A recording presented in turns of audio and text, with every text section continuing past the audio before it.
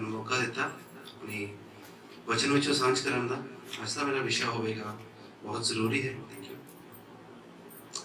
जिस तरह साडी पुरानी सीरीज चल रही है विश्वासियों के उत्ते, विश्वास के जीवन के उत्ते साडी चल रही सी। असीं स्टार्ट कीता सीगा प्रार्थना तो, जिहड़ा परमेश्वर जिहड़ा एक विश्वासी के जीवन का सब तो मुख्य हिस्सा हुंदा है प्रार्थना करना। ते असीं उहदे सारा कुछ देखिया सी, प्रार्थना किन्ने तरह की होंदी है, किवें करनी चाहिए है, किहड़ी जगह ते किद्दां प्रार्थना करनी है, सब कुछ असीं देखिया सीगा। अज असीं देखांगे एक विश्वासी के जीवन का एक होर मुख्य हिस्सा, जिहड़ा उहदी चर्च के प्रति जिहड़ी उहदी जिम्मेवारी होंदी है, चंदा या फिर दसवां। बिलीवर्स मस्ट गिव तीथिस, इंग्लिश में उन्होंने तीथिस कहते हैं। विश्वासी लिए जिहड़ा दसवां देना कितना जरूरी होंदा, वो असीं अज देखांगे। और आयत पढ़ांगे लेवियां 27 अध्याय उहदी 30 आयत। इत्थे सानूं दस्सिया गया है कि दसवंध की है, ते दसवंध जिहड़ा असल दसवंध बाइबल दे विच जिहड़ा लिखिआ दसवंध की हैगा, किस चीज़ नूं दसवंध कहंदे आ, इत्थे लिखिआ इस आयत दे विच पढ़ांगे असीं।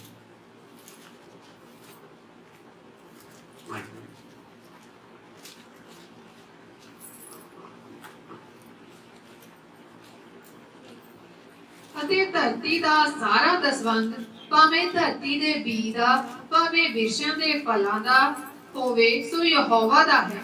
ਇਹ ਯਹੋਵਾ ਦੇ ਅੱਗੇ ਪਵਿੱਤਰ ਹੈ। ਹਾਲੇਲੂਇਆ। कि हर एक चीज़ जो भी तुहाडे घर विच आउंदी है, तुहाडी कमाई का हिस्सा होवे, जे तुहाडी कमाई किसी साग पत बीज तो उहदा 10वां हिस्सा होवे, हर एक चीज़ जिहड़ा भी 10वां हिस्सा हुंदा है। जे आपां गल करिए 100 विचों 10 रुपए जिहड़े आ, जे असीं 100 रुपए साडी कमाई है, उस 10 विच जिहड़े किहड़े आ परमेश्वर का हिस्सा है, वो साडी जिहड़ी कमाई दे विचों। इह च असीं देखांगे जिहड़ा दसवांध है वो देना क्यों जरूरी है। पहला मेरा पॉइंट होवेगा क्योंकि यह जिहड़ा परमेश्वर दे वल्लों हुक्म है, जो असीं हुण पढ़िया है, नोट कर लवांगे सारे जन। पहला पॉइंट मेरा यह है कि यह परमेश्वर का हुक्म है। एक पॉइंट तो मैं दस दिता, चलो अगला तुसीं दस सकदे दसवांध साडे लई देना जरूरी क्यों हो। कोई भी जन दसेगा दसवांध जिहड़ा साडे लई एक विश्वासी दे लई जिहड़ा दसवांध देना है जरूरी क्यों है। असीं पढ़ लिया दसवांध हुंदा की है, क्यों जरूरी है, कुछ दसांगे असीं। कोई भी जन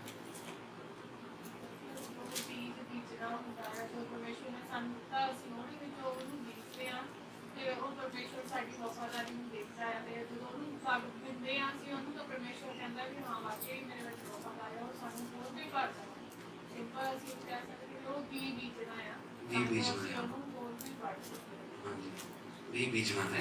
और काफी कुछ है भी साडे लई देना क्यों जरूरी है। बहुत सारे पॉइंट्स हैं मेरे को, एक आधा पॉइंट तो तुहाडे कोल निकलना चाहिए है। कोई ना कोई नहीं पता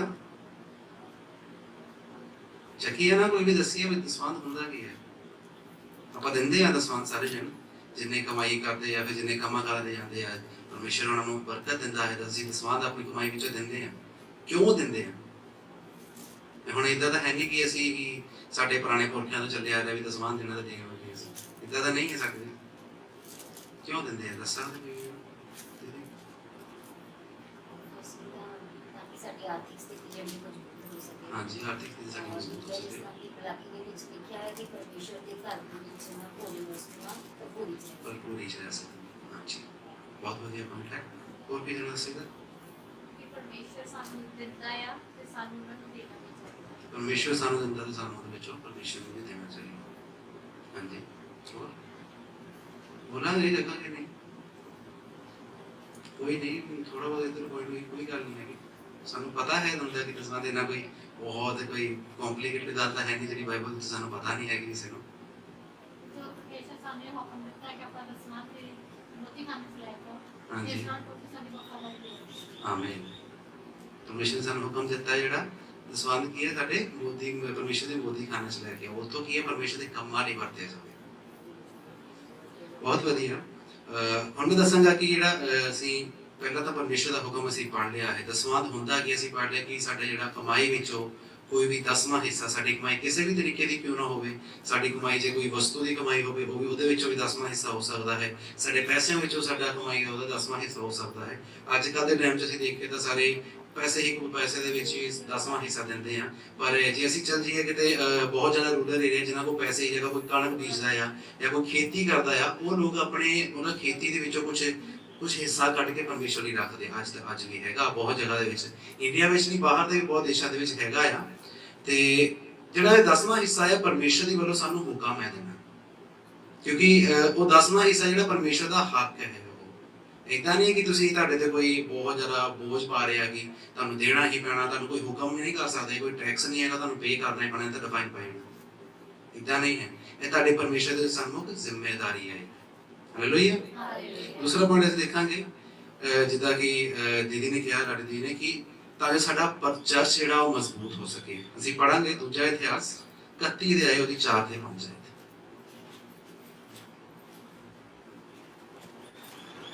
ਅਤੇ ਉਸਨੇ ਉਹਨਾਂ ਲੋਕਾਂ ਨੂੰ ਜੋ ਯਰੂਸ਼ਲਮ ਵਿੱਚ ਰਹਿੰਦੇ ਸਨ ਹੁਕਮ ਦਿੱਤਾ ਕਿ ਜਾਜਕਾਂ ਅਤੇ ਲੇਵੀਆਂ ਦਾ ਹਿੱਸਾ ਦੇਣ, ਤਾਂ ਜੋ ਉਹ ਯਹੋਵਾ ਦੀ ਵਿਵਸਥਾ ਵਿੱਚ ਤਕੜੇ ਰਹਿਣ। ਜਦ ਇਹ ਗੱਲ ਖਿੱਲਰ ਗਈ ਤਾਂ ਇਸਰਾਏਲੀਆਂ ਨੇ ਪਹਿਲਾ ਅੰਨ, ਨਵੀਂ ਮੈਂ, ਤਾਜ਼ਾ ਤੇਲ, ਸ਼ਹਿਦ ਅਤੇ ਖੇਤ ਦੀ ਪਹਿਲੀ ਪੈਦਾਵਾਰ ਬਹੁਤ ਸਾਰੀ ਦਿੱਤੀ ਅਤੇ ਪੂਰਾ ਦਸਵੰਧ ਵੀ ਬਹੁਤ ਸਾਰਾ ਲਿਆਉਣ ਲੱਗੇ। ਆਮੀਨ। ਕੀ ਸੀਗਾ ਸੀ ਇਹਦੇ ਵਿੱਚ ਦੇਖਿਆ ਪਿਛਲੇ ਸਮਿਆਂ ਵਿੱਚ ਕਿ ਪਹਿਲੇ ਇਹਦੇ ਪੜ੍ਹਦੇ ਜਦੋਂ ਉਹਨਾਂ ਨੇ ਲੋਕਾਂ ਨੇ ਜੋ ਯਰੂਸ਼ਲਮ ਵਿੱਚ ਰਹਿੰਦੇ ਸਨ ਹੁਕਮ ਦਿੱਤਾ ਕਿ ਜਾਜਕਾਂ ਅਤੇ ਲੇਵੀਆਂ ਦਾ ਹਿੱਸਾ ਦੇਣ। ਜਾਜਕ ਤੇ ਲੇਵੀ ਕੌਣ ਸੀਗੇ? ਜਿਹੜੇ ਕੀ ਕਹਿੰਦੇ ਆ ਪਰਮੇਸ਼ਰ ਦੀ ਸੇਵਾ ਵਿੱਚ ਲੱਗੇ ਰਹਿੰਦੇ ਸੀ। ਜਿਹੜੇ ਉਹਨਾਂ ਦਾ ਹਿੱਸਾ ਕਿਹਨਾਂ ਨੇ ਦੇਣਾ? ਜਿਹੜੇ ਉੱਥੇ ਪਰਜਾ ਸੀਗੀ ਕਿ ਆਪਣੀ ਕਮਾਈ ਵਿੱਚੋਂ ਜਿਹੜੇ ਸੇਵਾ ਕਰਦੇ ਆ ਉਹਨਾਂ ਨੂੰ ਹਿੱਸਾ ਦੇਣ, ਤਾਂ ਕਿ ਜਿਹੜੀ ਪਰਮੇਸ਼ਰ ਦੀ ਜਿਹੜੀ ਸੇਵਾ ਚੱਲਦੀ ਪਈ ਹੈ ਉਹ ਰੁਕੇ ਨਾ ਕਦੇ ਵੀ, ਉਹ ਸੇਵਾ ਦੇ ਵਿੱਚ ਕੋਈ ਵੀ ਵਿਘਨ ਨਾ ਆ ਸਕੇ। ਜਿਸ ਤਰ੍ਹਾਂ ਅਸੀਂ ਚਰਚ ਅੱਜ ਦੇ ਟਾਈਮ ਵਿੱਚ ਅਸੀਂ ਦੇਖਦੇ ਚਰਚ ਬਹੁਤ ਸਾਰੀਆਂ ਚੀਜ਼ਾਂ ਹੁੰਦੀਆਂ ਜਿਹੜੀਆਂ ਬਹੁਤ ਸਾਰੀਆਂ ਐਕਟੀਵਿਟੀਜ਼ ਹੋ, ਛੋਟੀਆਂ ਛੋਟੀਆਂ ਵੱਡੀਆਂ ਤੋਂ ਵੱਡੀਆਂ। ਕਈ ਜਿੱਦਾਂ ਦੇਖਦੇ ਆ, ਜਿੱਦਾਂ ਹੁਣ ਕਈ ਜਗ੍ਹਾ ਕੀ ਕਹਿੰਦੇ ਚਰਚਿਸ ਜਿਹੜੇ ਆ ਉਹ ਉਹਨਾਂ ਨੇ ਆਪਣੇ ਸਥਾਪਿਤ ਨਹੀਂ ਆ, ਰੈਂਟ ਦੇ ਉੱਤੇ ਆ। ਉਹ ਜਿਹੜਾ ਚਰਚ ਦਾ ਰੈਂਟ ਵੀ ਜੇ ਕਿਤੇ ਜਾਂਦਾ ਹੋਵੇ ਤਾਂ ਉਹ ਕਾਹਦਾ? ਚਰਚ ਦੀ ਕਮਾਈ ਦਾ ਹਿੱਸਾ। ਚਰਚ ਦੀ ਜਿਹੜੀ ਮੇਨ ਕਮਾਈ ਜਿਹੜੀ ਹੁੰਦੀ ਹੈ ਉਹ ਮੈਂ ਅੱਗੇ ਡਿਸਕਸ ਕਰਾਂਗਾ, ਠੀਕ ਹੈ। ਸਭ ਤੋਂ ਪਹਿਲਾਂ ਜਿਹੜਾ ਚਰਚ ਮਜ਼ਬੂਤ ਹੋਵੇ, ਜਿਹੜਾ ਇਹਦਾ ਪੁਆਇੰਟ ਹੈ ਸੈਕਿੰਡ ਵਾਲਾ, ਕਿ ਸਾਨੂੰ ਤਾਂ ਦੇਣਾ ਚਾਹੀਦਾ ਹੈ ਦਸਾਂ ਕਿ ਚਰਚ ਮਜ਼ਬੂਤ ਹੋਵੇ। ਚਰਚ ਮਜ਼ਬੂਤ ਕਿੱਦਾਂ ਹੋਵੇਗਾ? ਜੇ ਚਰਚ ਦੇ ਵਿੱਚ ਜਿਹੜੇ ਲੋਕ ਆ ਉਹ ਇੱਕ ਤਾਂ ਪਹਿਲੀ ਗੱਲ ਤਾਂ ਇਹ ਕਿ ਆਪਸ ਦਾ ਪਰਸਪਰ ਦਾ ਪ੍ਰੇਮ ਜਿਹੜਾ ਸਾਨੂੰ ਸਿਖਾਉਂਦਾ ਹੈ ਪਰਮੇਸ਼ਰ, ਹੈ ਨਾ। ਦੂਸਰੀ ਗੱਲ ਕਿ ਜਿਹੜਾ ਚਰਚ ਜਿਹੜਾ ਐਜ਼ ਅ ਚਰਚ ਅਸੀਂ ਜਿਹਨੂੰ ਕਹਿੰਦੇ ਇੱਕ ਬਿਲਡਿੰਗ ਹੋਊਗੀ ਜਿੱਥੇ ਅਸੀਂ ਬੈਠ ਕੇ ਇਕੱਠੇ ਹੁੰਦੇ ਆ, ਉਹਨੂੰ ਅਸੀਂ ਉਹ ਮਜ਼ਬੂਤ ਕਿਵੇਂ ਹੋਵੇਗਾ? ਜੇ ਜਾਂ ਫਿਰ ਉਹਦੇ ਜੇ ਮਜ਼ਬੂਤ ਤਾਂ ਹੋਵੇਗਾ ਜਿਹਦੇ ਖਰਚੇ ਜੇ ਅਸੀਂ ਆਮ ਅੱਜ ਕੱਲ੍ਹ ਦੇ ਟਾਈਮ ਦੇ ਕਿਸੇ ਘਰ ਦਾ ਵੀ ਕੋਈ ਵੀ ਖਰਚਾ ਕਿਵੇਂ ਹੋਊਗਾ? ਉਹਦਾ ਰੋਟੀ ਪਾਣੀ ਦਾ ਖਰਚਾ, ਉਹਦੇ ਮੇਨਟੇਨੈਂਸ ਦਾ ਖਰਚਾ ਹੋ ਗਿਆ, ਜਾਂ ਉਹਦੀ ਕੀ ਕਹਿੰਦੇ ਆ ਬਿਜਲੀ ਦਾ ਖਰਚਾ ਹੋ ਗਿਆ, ਹਨਾ। ਬਹੁਤ ਸਾਰੀਆਂ ਚੀਜ਼ਾਂ ਹੁੰਦੀਆਂ ਉਹਦੇ ਵਿੱਚ। ਸੋ ਚਰਚ ਜਿਹੜਾ ਨਿਰਵਿਘਨ ਚੱਲ ਸਕੇ ਉਹਦੇ ਲਈ ਕੀ ਹੁੰਦਾ ਆ? ਅਸੀਂ ਦਸਵੰਧ ਚਰਚ ਨੂੰ ਦਿੰਦੇ ਆ। ਅਸੀਂ ਜਿਹੜਾ ਦਸਵੰਧ ਹੈ ਇਹ ਕਰਕੇ ਨਹੀਂ ਦੇਣਾ ਕਿ ਅਸੀਂ ਪਾਸਟਰ ਨੂੰ ਦੇ ਰਹੇ ਹਾਂ ਕਿਸੇ ਨੂੰ, ਜਾਂ ਫਿਰ ਅਸੀਂ ਕਿਸੇ ਸਾਡੀ ਕਮਾਈ ਦੇ ਨਾਲ ਚਰਚ ਚੱਲ ਰਿਹਾ, ਇਦਾਂ ਨਹੀਂ ਦੇਣਾ ਹੈ। ਇਹ ਜਿਹੜਾ ਦਸਵੰਧ ਹੈ ਸਾਡਾ, ਇਹ ਪਰਮੇਸ਼ਵਰ ਨੂੰ ਦੇਣਾ ਹੈ, ਕਿਉਂਕਿ ਪਰਮੇਸ਼ਵਰ ਨੇ ਜਿਹੜੀ ਸਾਨੂੰ ਕਮਾਈ ਦਿੱਤੀ ਹੈ, ਪਰਮੇਸ਼ਵਰ ਨੇ ਜਿਹੜਾ ਸਾਨੂੰ ਹਿੱਸਾ ਦਿੱਤਾ ਹੈ, ਸਾਡੀ ਮਦਦ ਕੀਤੀ ਹੈ, ਸਾਡੇ ਹਰੇਕ ਕੰਮਕਾਰ ਵਿੱਚ ਸਾਡੇ ਨਾਲ ਹੋਇਆ ਹੈ, ਉਹਦੇ ਵਿੱਚ ਜਿਹੜਾ ਸਾਨੂੰ ਕਮਾਈ ਮਿਲੀ ਹੈ ਸਾਡੇ ਲਈ, ਉਹਦੇ ਵਿੱਚੋਂ ਅਸੀਂ ਕੀ ਕਰਨਾ? 10ਵਾਂ ਹਿੱਸਾ ਕੱਢ ਕੇ ਪਰਮੇਸ਼ਰ ਨੂੰ ਦੇ ਦੇਣਾ ਹੈ। ਅੱਜ ਅਸੀਂ ਬਹੁਤ ਜਗ੍ਹਾ ਦੇਖਦੇ ਹਾਂ ਲੋਕੀ ਦਸਵੰਧ ਨੂੰ ਲੈ ਕੇ ਜਾਂ ਚੰਦੇ ਨੂੰ ਲੈ ਕੇ ਬਹੁਤ ਜ਼ਿਆਦੀਆਂ ਕੀ ਕਹਿੰਦੇ ਕੰਪਲਿਕੇਸ਼ਨਸ ਬਣਾ ਦਿੰਦੇ ਆ ਕਿ ਲੋਕੀ ਤਾਂ ਚਲਾਉਂਦੇ ਹੀ ਤਾਂ ਆ, ਚਰਚ ਵੀ ਤਾਂ ਜਾਂਦਾ, ਪਰ ਨਹੀਂ। ਅਸਲ 'ਚ ਜਿਹੜਾ ਉਹ ਚੀਜ਼ ਜਿਹੜੀ ਆ ਮੇਨ ਆ ਕੀ ਆ ਕਿ ਇਹ ਪਰਮੇਸ਼ਰ ਦਾ ਹਿੱਸਾ ਹੈ। ਇਹ ਕਿਸੇ ਵੀ ਚਰਚ ਦਾ ਹਿੱਸਾ ਨਹੀਂ ਹੈ, ਨਾ ਕਿਸੇ ਪਾਸਟਰ ਦਾ ਹਿੱਸਾ ਹੈ। ਹਾਂ, ਇਹ ਚਰਚ ਦੇ ਵਿੱਚ ਤੇ ਪਹਿਲੂ ਆ, ਵਿੱਚ ਦੇ ਅੱਗੇ ਕੰਪੋਨੈਂਟਸ ਜਿਹਨੂੰ ਕਹਿੰਦੇ ਕਿਸੇ ਵੀ ਚੀਜ਼ ਦੇ ਅੱਗੇ ਪਾਰਟਸ ਆ। ਇਹ ਚਰਚ ਦਾ ਪਾਰਟ ਕੌਣ ਆ? ਪਾਸਟਰ ਸਾਡਾ। ਸਾਨੂੰ ਚਰਚ ਲੀਡ ਕੌਣ ਕਰਦਾ ਹੈ? ਕੌਣ ਕਰਦਾ ਹੈ? ਪਾਸਟਰ ਕਰਦੇ ਸਾਡੇ। ਅਸੀਂ ਕਦੇ ਵੀ ਇਹ ਕਹਿ ਕੇ ਦੇਣਾ ਅਸੀਂ ਪਾਸਟਰ ਨੂੰ ਦੇ ਰਹੇ ਹਾਂ, ਅਸੀਂ ਕਿਹਨੂੰ ਦੇ ਰਹੇ ਹਾਂ? ਪਰਮੇਸ਼ਵਰ ਨੂੰ ਦੇ ਰਹੇ ਹਾਂ। ਜੇ ਸਾਡੇ ਮਨ 'ਚ ਕੋਈ ਚੀਜ਼ ਆਉਂਦੀ ਹੈ ਕਿ ਅਸੀਂ ਪਾਸਟਰ ਨੂੰ ਦੇ ਰਹੇ ਹਾਂ, ਅਸੀਂ ਉਹਦਾ ਕੁਝ ਚਲਾਉਣਾ ਹੈ ਜਾਂ ਫਿਰ ਅਸੀਂ ਚਰਚ ਦਾ ਕੁਝ ਕਰਾਉਣਾ ਹੈ, ਤਾਂ ਕਦੇ ਵੀ ਆਪਣੇ ਮਨ 'ਚ ਇਹ ਗੱਲ ਕਦੇ ਨਹੀਂ ਲੈ ਕੇ ਆਉਣੀ ਕਿ ਸਾਡੀ ਕਮਾਈ ਦੇ ਨਾਲ ਚਰਚ ਦਾ ਕੁਝ ਚੱਲਦਾ ਹੈ ਜਾਂ ਪਾਸਟਰ ਦਾ ਕੁਝ ਚੱਲਦਾ ਹੈ। ਕਿਉਂਕਿ ਪਰਮੇਸ਼ਵਰ ਹੈ ਜਿਹੜਾ, ਜੇ ਕੋਈ ਪਾਸਟਰ ਹੋਵੇ ਜਾਂ ਫਿਰ ਜੇ ਕੋਈ ਸੇਵਾਦਾਰ ਹੋਵੇ, ਉਹ ਪਰਮੇਸ਼ਵਰ ਸੇ ਚੱਲਦਾ ਹੈ, ਪਰਮੇਸ਼ਵਰ ਦੇ ਕੰਮ ਕਰਦਾ ਹੈ, ਤਾਂ ਪਰਮੇਸ਼ਵਰ ਉਹਦਾ ਖਿਆਲ ਰੱਖਣਾ ਜਾਣਦਾ ਹੈ। ਹਾਲੇਲੂਇਆ। ਪਰਮੇਸ਼ਵਰ ਦੇ ਹੁਕਮ 'ਚ ਲਿਖਿਆ ਹੈ ਕਿ ਜੇ ਮੈਂ ਕਹਿੰਦੇ ਪੰਛੀ ਜਿਹੜੇ ਬੇਜ਼ੁਬਾਨ ਆ, ਜਿਹੜੇ ਕੁਝ ਕਰ ਨਹੀਂ ਸਕਦੇ, ਨਾ ਉਹਨਾਂ ਦੇ ਹੱਥ ਨਾ ਪੈਰ ਆ, ਉਹਨਾਂ ਨੂੰ ਮੈਂ ਰੋਜ਼ ਦਾ ਰੋਟੀ ਦਿੰਦਾ ਹਾਂ, ਤੇ ਤੁਹਾਨੂੰ ਮੈਂ ਕਿਉਂ ਨਾ ਦੇਵਾਂਗਾ। ਹਾਲੇਲੂਇਆ। ਸੋ ਕਦੇ ਵੀ ਆਪਣੇ ਮਨ 'ਚ ਇਹ ਗੱਲ ਨਹੀਂ ਰੱਖਣੀ ਹੈਗੀ ਕਿ ਅਸੀਂ ਚਰਚ ਨੂੰ ਦੇ ਰਹੇ ਹਾਂ ਜਾਂ ਫਿਰ ਅਸੀਂ ਕਿਸੇ ਪਾਸਟਰ ਨੂੰ ਦੇ ਰਹੇ ਹਾਂ। ਅਸੀਂ ਪਰਮੇਸ਼ਵਰ ਨੂੰ ਦੇ ਰਹੇ ਹਾਂ, ਪਰਮੇਸ਼ਵਰ ਦੇ ਕੰਮਾਂ ਦੇ ਲਈ ਦੇ ਰਹੇ ਹਾਂ। ਜੇ ਅਸੀਂ ਇਸ ਇਨਸਾਨ ਦੇ ਤੌਰ ਤੇ ਅਸੀਂ ਜੀਵਨ ਦੇ ਵਿੱਚ ਹਾਂ, ਇਨਸਾਨ ਦੇ ਅੱਜ ਕੱਲ੍ਹ ਜੇ ਅਸੀਂ ਦੁਨੀਆ ਦੇ ਵਿੱਚ ਕਹੀਏ ਤਾਂ ਕਹਿ ਸਕਦੇ ਬਹੁਤ ਚੀਜ਼ਾਂ ਹੁੰਦੀਆਂ ਆ ਜਿਹੜੀਆਂ ਕਈ ਪੈਸੇ ਨਾਲ ਚੱਲਦੀਆਂ, ਕਈ ਚੀਜ਼ਾਂ ਜਿਹੜੀਆਂ ਆ ਆਰਥਿਕ ਤੌਰ ਤੇ ਚੱਲਦੀਆਂ, ਕਈ ਜਾਂ ਫਿਰ ਲਾ ਲਈਏ ਅਸੀਂ ਖਾਣਾ ਹੋਵੇ ਉਹ ਕੁਝ ਕੱਚੀ ਰੋ ਚੀਜ਼ਾਂ ਜਿਹਨੂੰ ਆਪਾਂ ਕਣਕ ਕਹਿ ਦਈਏ, ਸਬਜ਼ੀ ਵਗੈਰਾ ਕਹਿ ਦਈਏ, ਮਸਾਲੇ, ਕੁਝ ਵੀ ਹੋ ਸਕਦਾ ਉਹਦੇ ਨਾਲ ਚੱਲਦਾ। ਚਰਚ ਦੀ ਰੋਟੀ ਕਿੱਦਾਂ ਬਣਦੀ ਆ? ਕਿੱਥੋਂ ਆਉਂਦੀ ਆ? ਜਿਹੜਾ ਦਸਵੰਧ ਅਸੀਂ ਦਿੰਦੇ ਆ, ਅਸੀਂ ਉਹਦੇ ਵਿੱਚੋਂ ਹੀ ਚਰਚ ਦੀ ਰੋਟੀ ਬਣਦੀ ਆ। ਕਿਉਂ? ਜਿੱਦਾਂ ਕਿਹਾ, ਮੋਦੀ ਖਾਨਿਆਂ ਵਿੱਚ ਭਰਿਆ ਜਾਵੇ ਤਾਂ ਜੋ ਪਰਮੇਸ਼ਰ ਦੇ ਕੰਮਾਂ ਲਈ ਵਰਤਿਆ ਜਾਵੇ। ਸਿਰਫ ਉਹ ਇੱਕ ਚੀਜ਼ ਨਹੀਂ, ਰੋਟੀ ਨਹੀਂ। ਜਦੋਂ ਅਸੀਂ ਕਿਤੇ ਆਊਟਿੰਗ ਤੇ ਜਾਂਦੇ ਆ, ਜਦੋਂ ਅਸੀਂ ਚਰਚ ਦੇ ਤੌਰ ਤੇ ਇਕੱਠੇ ਹੋ ਕੇ ਕਿਤੇ ਜਾਂਦੇ ਆ, ਤਾਂ ਉੱਥੇ ਆਉਣ ਜਾਣ ਦਾ ਖਰਚਾ ਪੈਂਦਾ ਹੈ। ਅਸੀਂ ਰਹਿੰਦੇ ਆ ਨਾ ਇੱਥੇ, ਅਸੀਂ ਜੇ ਕਿਤੇ ਵੀ ਅਸੀਂ ਇਸ ਜੀਵਨ ਦੇ ਵਿੱਚ ਰਹਿੰਦੇ ਆ, ਅਸੀਂ ਸਾਡੇ ਜਿਹੜੇ ਆਪਸੀ ਜੀਵਨ ਵੀ ਦੇਖੇ, ਅਸੀਂ ਕਿਤੇ ਆਉਣਾ ਜਾਣਾ ਹੋਵੇ, ਕਿਸੇ ਵਹੀਕਲ 'ਚ ਆਉਣਾ ਜਾਣਾ ਹੋਵੇ, ਕੀ ਹੈ? ਤੇਲ ਦਾ ਖਰਚਾ ਆਉਂਦਾ ਹੀ ਹੈ। ਜਿਹੜੀ ਚੀਜ਼ ਅਸੀਂ ਪਰਮੇਸ਼ਰ ਦੇ ਕੰਮਾਂ ਲਈ ਜਿਹੜੀ ਚੀਜ਼ ਵਰਤੀ ਜਦੋਂ ਜਾਂਦੀ ਆ, ਤੇ ਉਹ ਜਿਹੜਾ ਕਹਿੰਦੇ ਕੋਈ ਵੀ ਜਿਹੜੀ ਉਹਦਾ ਖਰਚਾ ਹੁੰਦਾ, ਉਹ ਕੀ ਆ? ਜਿਹੜਾ ਦਸਵੰਧ ਦੇ ਵਿੱਚੋਂ ਹੀ ਲਿਆ ਜਾਂਦਾ ਹੈ, ਆਪਣੇ ਚਰਚ ਦੇ ਖਜ਼ਾਨਿਆਂ ਦੇ ਵਿੱਚੋਂ ਹੀ ਲਿਆ ਜਾਂਦਾ ਹੈ। ਜਿਹੜੀ ਚਰਚ ਦੀ ਜਿਹੜੀ ਮੇਨ ਇਨਕਮ ਜੇ ਅਸੀਂ ਕਹੀਏ ਤਾਂ ਕੀ ਹੁੰਦੀ ਆ? ਦੁਨਿਆਵੀ ਤੌਰ ਤੇ ਜੇ ਅਸੀਂ ਇਨਕਮ ਦੇਖੀਏ ਜਾਂ ਫਿਰ ਚਰਚ ਚੱਲਦਾ ਕਿੱਦਾਂ, ਉਹਦੀ ਇਨਕਮ ਕੀ ਦੇਖੀਏ, ਕੀ ਹੋਵੇਗਾ? ਦਸਵੰਧ ਹੀ ਹੋਵੇਗਾ। ਇੱਥੇ ਕੋਈ ਮਸ਼ੀਨਾਂ ਨਹੀਂ ਲੱਗੀਆਂ ਕੰਮ ਕਰਦੇ ਪਏ ਆ, ਤਾਂ ਕੋਈ ਬਾਹਰ ਜਾ ਰਿਹਾ ਕੁਛ ਚੱਲ ਕੇ ਤੇ ਉਹ ਵੇਚ ਰਹੇ ਆ ਤਾਂ ਉਹਦੇ ਪੈਸੇ ਨਹੀਂ ਆ ਰਹੇ, ਉਹ ਨਹੀਂ ਆ।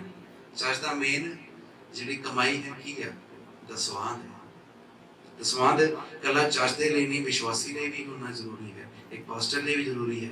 ਪਰਮੇਸ਼ਰ ਦੇ ਵਚਨ 'ਚ ਮੈਂ ਅੱਗੇ ਸਾਂਝ ਕਰਾਂਗਾ, ਲਿਖਿਆ ਕਿ ਦਸਵੰਧ ਜਿਹੜਾ ਹੈ ਛੋਟੇ ਤੋਂ ਲੈ ਕੇ ਵੱਡੇ ਤੱਕ ਸਾਰਿਆਂ ਨੂੰ ਦੇਣਾ ਲਾਜ਼ਮੀ ਹੈ। ਉਹ ਕੋਈ ਵੀ ਇੱਕ ਕੀ ਕਹਿੰਦੇ ਆ, ਅਸੀਂ ਇਹ ਨਹੀਂ ਕਹਿ ਸਕਦੇ ਕਿ ਜਿਹੜਾ ਸਾਰਾ ਪਰਿਵਾਰ ਹੈ, ਹਾਂ ਪਰਿਵਾਰ 'ਚ ਜਿੰਨੇ ਕਮਾਉਣ ਵਾਲੇ ਆ ਉਹਨਾਂ ਦੀ ਕਮਾਈ ਦੇ ਵਿੱਚੋਂ ਜਿਹੜਾ ਹਿੱਸਾ ਹੈ ਉਹ ਪਰਮੇਸ਼ਰ ਨੂੰ ਜਾਣਾ ਹੈ। ਇਹ ਨਹੀਂ ਅਸੀਂ ਕਹਾਂਗੇ ਪੂਰੇ ਘਰ ਦੀ ਕਮਾਈ ਦੇ ਵਿੱਚੋਂ।